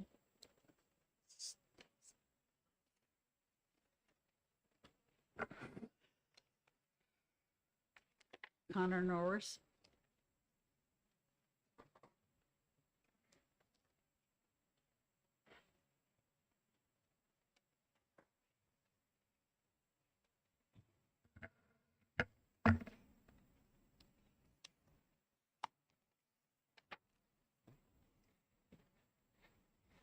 Chair McGuire, and all distinguished members of the House Executive Department's Administrative Committee. Thank you for allowing me to testify in the regulation of beauty services and professionals in the state of New Hampshire. For the record, my name is Connor Norris. I'm the Assistant Director of the Neese Center for the Study of Occupational Regulation at West Virginia University. The main takeaways of my comments are the following. First is that licensing is not always the appropriate form of professional regulation. Second is that licensing in New Hampshire reduces economic mobility and helps contribute to income inequality. And finally, more than 20 states have removed licensing requirements for one of the niche beauty professions that's proposed in this bill. So occupational licensing is one of the most common forms of professional regulation, but it's also one of the most stringent. So these laws prevent New Hampshire residents from working in a profession until they meet certain entry requirements, which include education, training, and passing exams. Licensing is designed to protect consumers from harm from low-skilled professionals, and I agree with everyone here that this is an important goal. However, licensing is not the only form of regulation that we can turn to protect consumers. So licensing can be costly, and we have to weigh both the costs and the benefits of licensing. The licensing laws create barriers to entry and make it more difficult to enter a profession. Economic research estimates that licensing reduces the number of professionals by up to 27% in a licensed field. There's many professions that do not require a traditional four-year college degree that do require a professional license. These professions offer a meaningful avenue for employment for non-college graduates. That is, if they can afford to meet the licensing requirements. Unfortunately, because of the time and money it takes for training and education, many are unable to enter these professions. Research bears this out. In a study published a few years ago, they found that licensing laws in New Hampshire increased income inequality by 6% and decreased economic mobility by 3%. So they made it that much harder to achieve the American dream. Niche beauty services, which include shampooing, hairstyling, makeup application, eyebrow threading, these types of services, provide a good example of this problem. So economists consistently find evidence that licensing laws act as a barrier to entry into the beauty professions. While licensing may be worthwhile to protect consumers from the potential harms from things like the chemicals used by barbers and cosmetologists, niche beauty services don't pose these same risks to consumers. So requiring cosmetology licensing for hairstyling or shampooing, or an esthetician license for things like makeup application and eyebrow threading imposes all the costs of licensing, that upfront investment in these education, meeting those education requirements, and gives consumers none or very few of the benefits. Additionally, these education programs cover far more information that is necessary to perform these tasks. Allowing niche beauty services to be performed without a license would make New Hampshire one of the leaders in New England and in the broader Northeast region, but you wouldn't be going out on a limb. According to the Institute for Justice, 8 other states have removed licensing requirements to provide at least one niche beauty service in the past few years. Currently, 21 states exempt eyebrow threaders from the esthetician license. In 14 states, makeup artists are exempt from licensing, and 18 states explicitly exempt shampooers and hairstylists from the cosmetology license. Since removing the licensing requirement for these niche beauty professions, states haven't experienced a surge in consumer injuries. So far, we see no evidence of lower quality services being provided or consumer harms resulting from delicensure. And we also don't see consumer advocacy groups calling for relicensure. Additionally, no states have decided to relicense the practice since removing licensing. So although licensing laws are designed to protect consumers from harm, they're not always the appropriate form of regulations to achieve those goals. For niche beauty services, consumers face little risk of injury or harm. However, both consumers and the aspiring beauty professionals still face the full cost of licensure. So New Hampshire has the opportunity to join a growing number of states to remove unnecessary licensing requirements for these safe niche beauty professions. I'd like to thank you for your time, and I'm happy to answer any questions you have. Thank you. Are there any questions? Representative Schmidt. Thank you, Madam Chair. You mentioned eyebrow threading. I thought that was not involved here. I thought that It was is. Eyelashes are not involved here. Did he use the term eyebrow threading? That is specifically allowed, yes. Okay. And what is eyebrow threading? Is that Madam Chair. proximity to the eyes I is can troubling? help. I can help. Yes, Representative Representative Schmidt. Grote can answer your question. Please. So two I threads. think a great number of members of the committee have no clue what eyebrow threading is. Well, I've never had it done, nor have I ever done it, but you use twisted threads and you pull them through your eyebrows. And instead of plucking your eyebrow with a tweezer, it takes I bet you never knew all the things that we worry about when it comes to eyebrows. But anyway, that's what it does. It doesn't use any sharp input. It's just a thread, a twisted thread that's used, and it's pulled, and it pulls the extra whatever you want to pull out of your eyebrow. But you have magnificent eyebrows, and I would say that you shouldn't touch them. I just get out the hedge cutter and cut them every couple of weeks so I can see the rest of the world. Yes, it's an advanced beauty technique, even though it's not dangerous. All right, thanks, thank you. Thank Are you. there other questions? All right, seeing none, thank you very much. Jennifer Poitras? He's obviously reading from a prepared statement. Have you given your remarks? That would be appreciated. Thank you.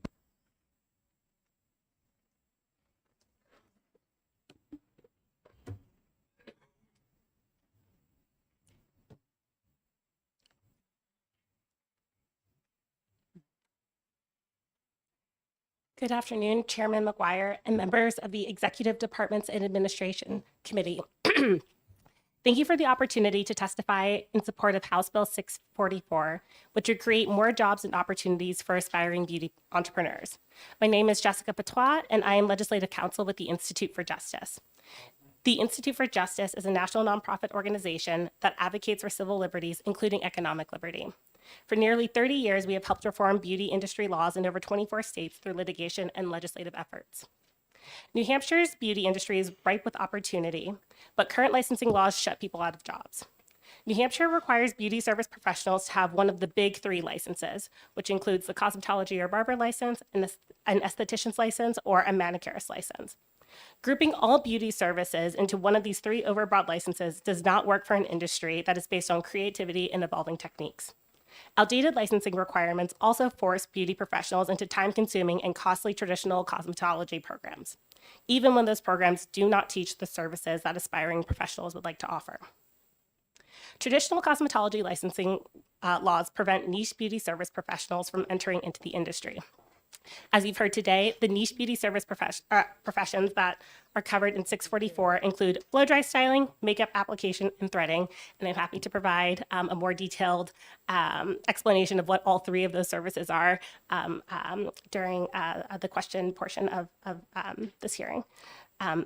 These services are different than the big three licenses because they do not use dangerous tools, chemicals, or dyes.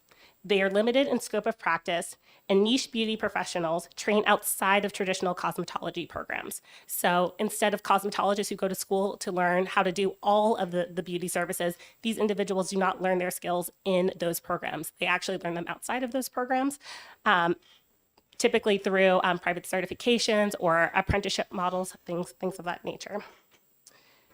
Even if cosmetology schools do teach these programs, like some teach basic makeup artistry, that's exactly what it is. They teach it at a very rudimentary level. These professionals gain their skills and they improve on their skills by either undergoing private certification or apprenticeship or working under, like a beauty master or something like that. The average student in New Hampshire takes out $7,300 worth of federal student loans to complete their first program, and most students do not graduate on time. In 2016 through 2017, only about 19% of cosmetology students graduated on time in New Hampshire. Their peers were forced to incur even more debt to finish this training. The result being that many niche beauty professionals work in underground economies where they face exploitation or they continue to incur insurmountable debt to complete that training without giving them any additional benefit, nor providing consumers with any additional benefit. House Bill 644 is a solution for aspiring beauty professionals based off of proven methods of reform that have created jobs and opportunities in other states. I encourage this committee to support this bill for 3 reasons. First, as I mentioned before, niche beauty services are safe. Blow-dry styling, makeup application, and threading pose virtually no risk to consumers. I work on this on this type of legislation across the country, and I have not yet seen an enforcement about one of these beauty service providers harming someone or a facility that related to a negative enforcement action related to a facility for one of these service providers. Instead, they typically, if there is an enforcement action taken against them, it's because these individuals are working without a license, which is exactly what this bill works to solve. Second, most states already exempt niche beauty services from licensing requirements. Mr. Norris before shared with you some of those statistics, but I'm happy to go into greater detail about that. And then third, House Bill 644 is a jobs bill. Reducing licensing barriers for aspiring beauty professionals is an important part of keeping workers in the state. I recently learned that New Hampshire over the last 3 years has lost 200 licensed beauty professionals. This bill would allow individuals to be able to stay in the state and to work and to use the skills that they have to be able to live here and earn a living. Additionally, this bill is based off of proven reform that has seen success in other states. For example, after Minnesota passed its freelance hairstyling and makeup license bill in 2020, there were about 1,000 bridal and hair makeup artists that were free to legitimately work within the state. When Arkansas passed a similar bill in 2021, the first dry bar, which is a national franchise of blow dry bars, opened in the state. Additionally, House Bill 644 mostly benefits lower to middle income women who do not have the time, money, or resources to attend traditional cosmetology programs. Finally, this bill allows citizens from across the state to benefit from the wealth of new talent and beauty techniques that are currently difficult to find. In conclusion, I encourage this committee to support House Bill 644 so that aspiring beauty entrepreneurs have every opportunity to work and thrive here in New Hampshire. Thank you for the opportunity to testify, and I'm happy to answer any questions that you may have. Oh, thank you. Are there any questions? Representative Schmidt. So I'm intrigued by the use of the word underground economy here. This is in New Hampshire talking about. Perhaps you could talk to us a little bit more about this, the underground economy, where this is happening. Of course, I'm happy to do so. So an example would be Sophie, who testified here earlier today, right? So she works as a hair braider in New Hampshire, but she also would like to provide makeup artistry services and things like that. So as the law currently stands, she is not able to practice makeup artistry and get paid for it. So she uses the loophole that exists where she can provide makeup artist services and not get paid for it legally, or she has to work underground and technically provide those services illegally, even though she's doing the exact same thing. I also wanted to mention, I think that there was a question earlier about nursing homes and individuals related to hairstyling. There's currently an exemption in New Hampshire law that allows individuals to do any cosmetology service in nursing homes or in homes with someone who's immobile to be able to provide those services now as a current exemption. Thank you. Interesting. Thank you. Other questions? Okay, thank you very much. And Okay, thank you all. And to close up, Representative Power.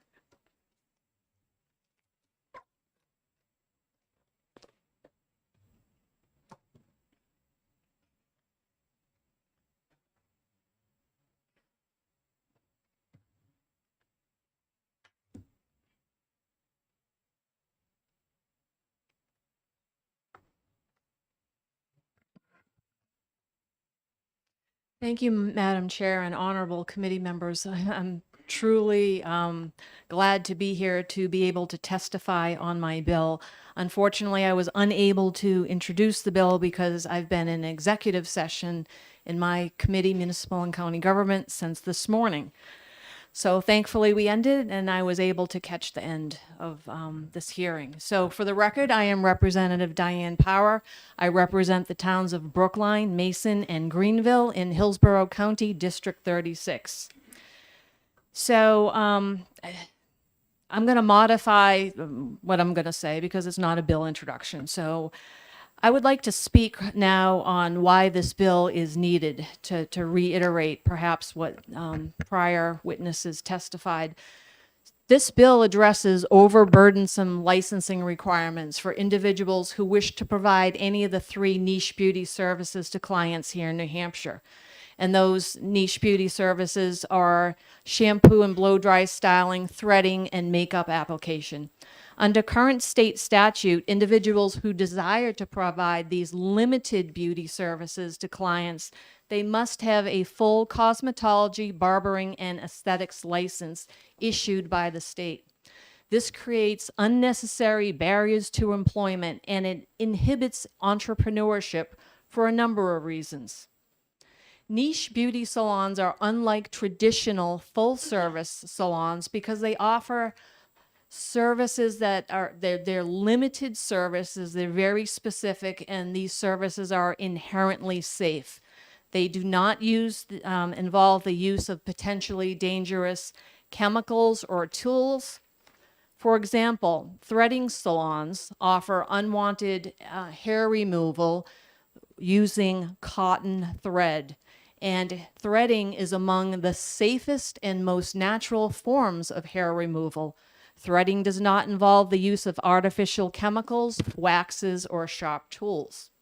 Also, unlike traditional full-service salons, blow-dry bars offer safe, limited services, including shampooing, conditioning, blow-drying, and styling of hair. These specialty salons do not cut hair, they do not use chemicals, and they do not use dyes. Blow-dry bars are no different than hair braiding salons. In 2017, House Bill 82, exempting hair braiding from regulation by the Board of Barbering, Cosmetology, and Aesthetics, was signed into law in New Hampshire. This bill before you seeks to do the same for these 3 niche beauty services.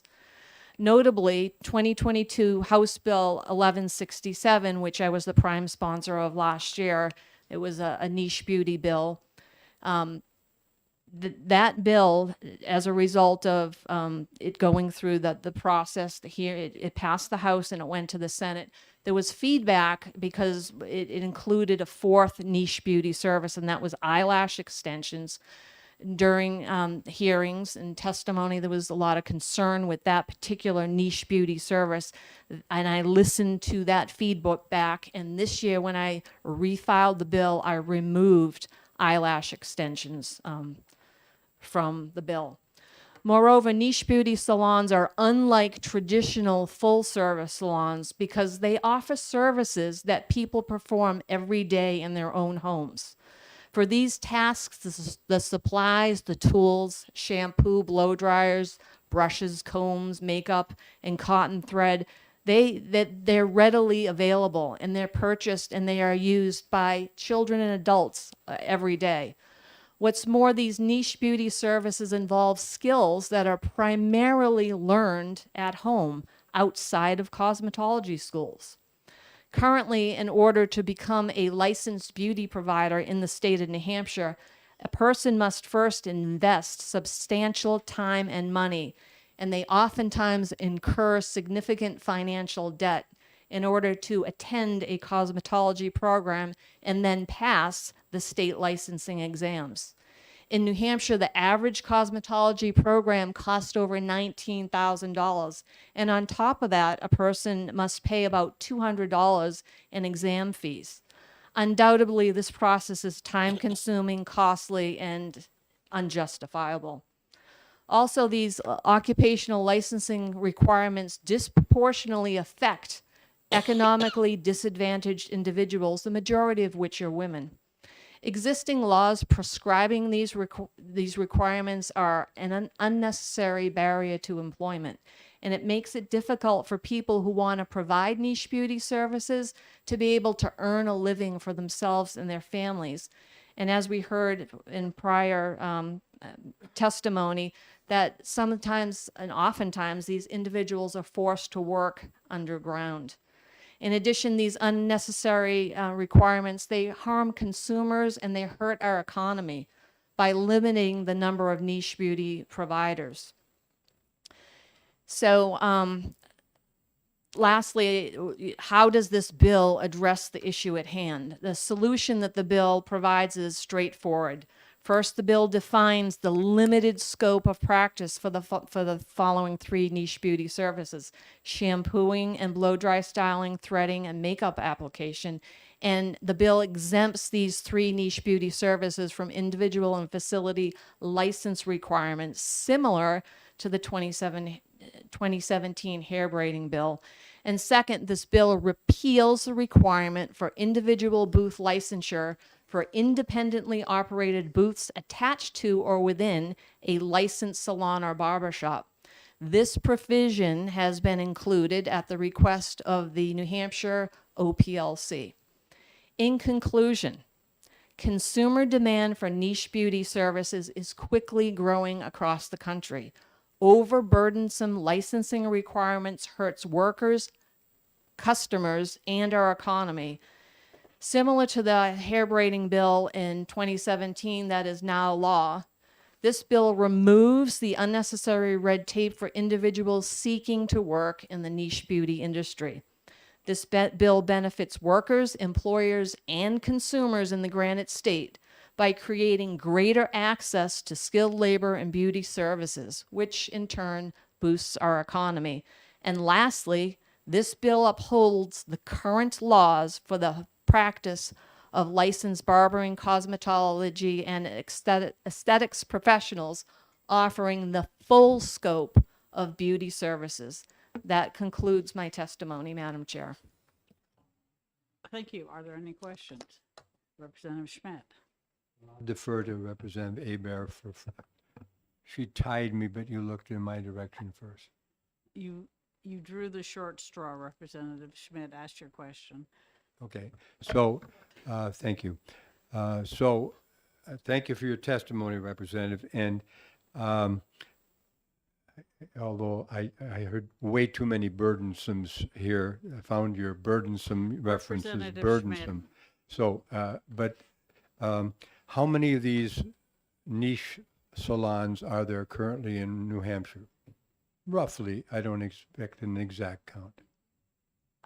My understanding is that there are 2, there's 2 blow-dry bars that I'm aware of, and then Ulta Beauty Shop has a similar type salon within their store. However, one must have a full cosmetology license. I thought we exempted some of this stuff last year. Did we not? The only thing we exempted wasn't last year, was braiding. The bill that we passed last year died in the Senate and did not. That become has law. been referenced, thank you. That's good. So there's only 2 of these salons. What is your estimate in terms of how many there would be if we passed this bill? Thank you for the question, Representative. I did not do data research to across the state and cull information as to how many of these salons, as you asked. That my answer was based on what I just know in passing. And you're asking how many more businesses would open up? That is indeterminable. We've heard so much testimony that this seems like it's everywhere. Representative Schmidt, she's just said she doesn't know. Well, I understand, but the thing is, there was only 2. Somehow they got noticed. Right now, they are required by our laws to only employ licensed cosmetologists. If they were able to employ I people get. without licenses who would be cheaper, there Well, probably be I more. get that, but the thing is, that we only have 2, but there is a considerable amount of testimony that suggests to me that this is incredibly in demand, and I'm wondering. So I'll take another line of questioning. May I respond? If you wish to. Okay. So, Representative, as I recall, there was a prior witness that did speak to that specifically. That she is a researcher and with the Institute for Justice, and she did, I recall, specify that when other states in our country exempted this licensure requirement, that there were a number of workers that entered that field, and additionally, I don't recall the number, right? I can get it for you. And there were businesses that did open in other states that did exactly what this bill is looking to do. Okay, I hear your testimony. So if I can follow up, because one of the reasons that I'm taking this line of inquiry is that I'm very concerned about the aspect of hygiene. I referenced it in my earlier question to another witness. And the thing is that when you are doing this threading thing, you are in very close proximity to people's eyes. And to the degree that you have basically an individual with relatively little training, we're given to understand that these are the kinds of things that people learn at home. They do it with their Yes. brothers and sisters Your or whatever. question, Representative. I am asking my question. If we're going to have a large number of these institutions, blowing up everywhere, blow drying and so forth, but threading seems to. I notice if you watch television, and you pay any attention, you see that women's eyebrows are a major aspect of women's facial makeup. Just look at eyebrows, ladies and gentlemen. Yes. Look at eyebrows on television. Please, Representative. Okay, so the point is, if we're going to see lots and lots of these things with people with minimal training, working in close proximity to people's eyes, I want to go on record as saying that I have a great concern with regard to the potential endangerment of our female population who will be. Thank you, Rep. I want to know whether you have a concern about the possibility of eye infections as a result of working with people's eyebrows. Thank you. Representative Schmidt, please. Thank you, Representative. Thank you for bringing up that point. That is an important point. And on page 2 of the bill in section 5, lines 16 through 22, that is addressed. It says that the owner of a salon shall verify the education, training, skills, and the competence of the person who works in said salon, and that the owner also additionally shall be responsible for protecting the health and safety of customers and the persons who work in the owner's salon. So this includes the sanitation of the facility and any equipment used in it. And so therefore, I feel that your concerns are adequately addressed in the language of the bill. Thank you. Thank you. Are there any other questions? Representative Abear. I promise to be brief. Thank you, madam. Thank you, Representative Power, for coming in this afternoon to discuss this. My question is on page 4. 3. Oh, page 2. Sorry, I was counting the front of the bill. Page 2, where it says hire, employ, line 1, hire, employ, or rent a booth. So this person would not be an employee, they would be a subcontractor of the paragraph 5 on line 16, that the owner of the salon. So I see a little bit of a challenge here, but let me tell you where I'm going with this. The chemicals that are used in the makeup, shampooing, or prep, would that be overseen by the owner of the salon? And I think that needs to be addressed. Could you repeat the question? If I may, she's asking if the chemicals, if any, that are used for shampooing are are under the authority of the person who holds the salon license. I would, so shampoo, I guess technically it's a chemical, but I Could I- don't could I see it clar- as a dangerous chemical. Yep. Could I clarify? Mhm. So, my point is makeup. So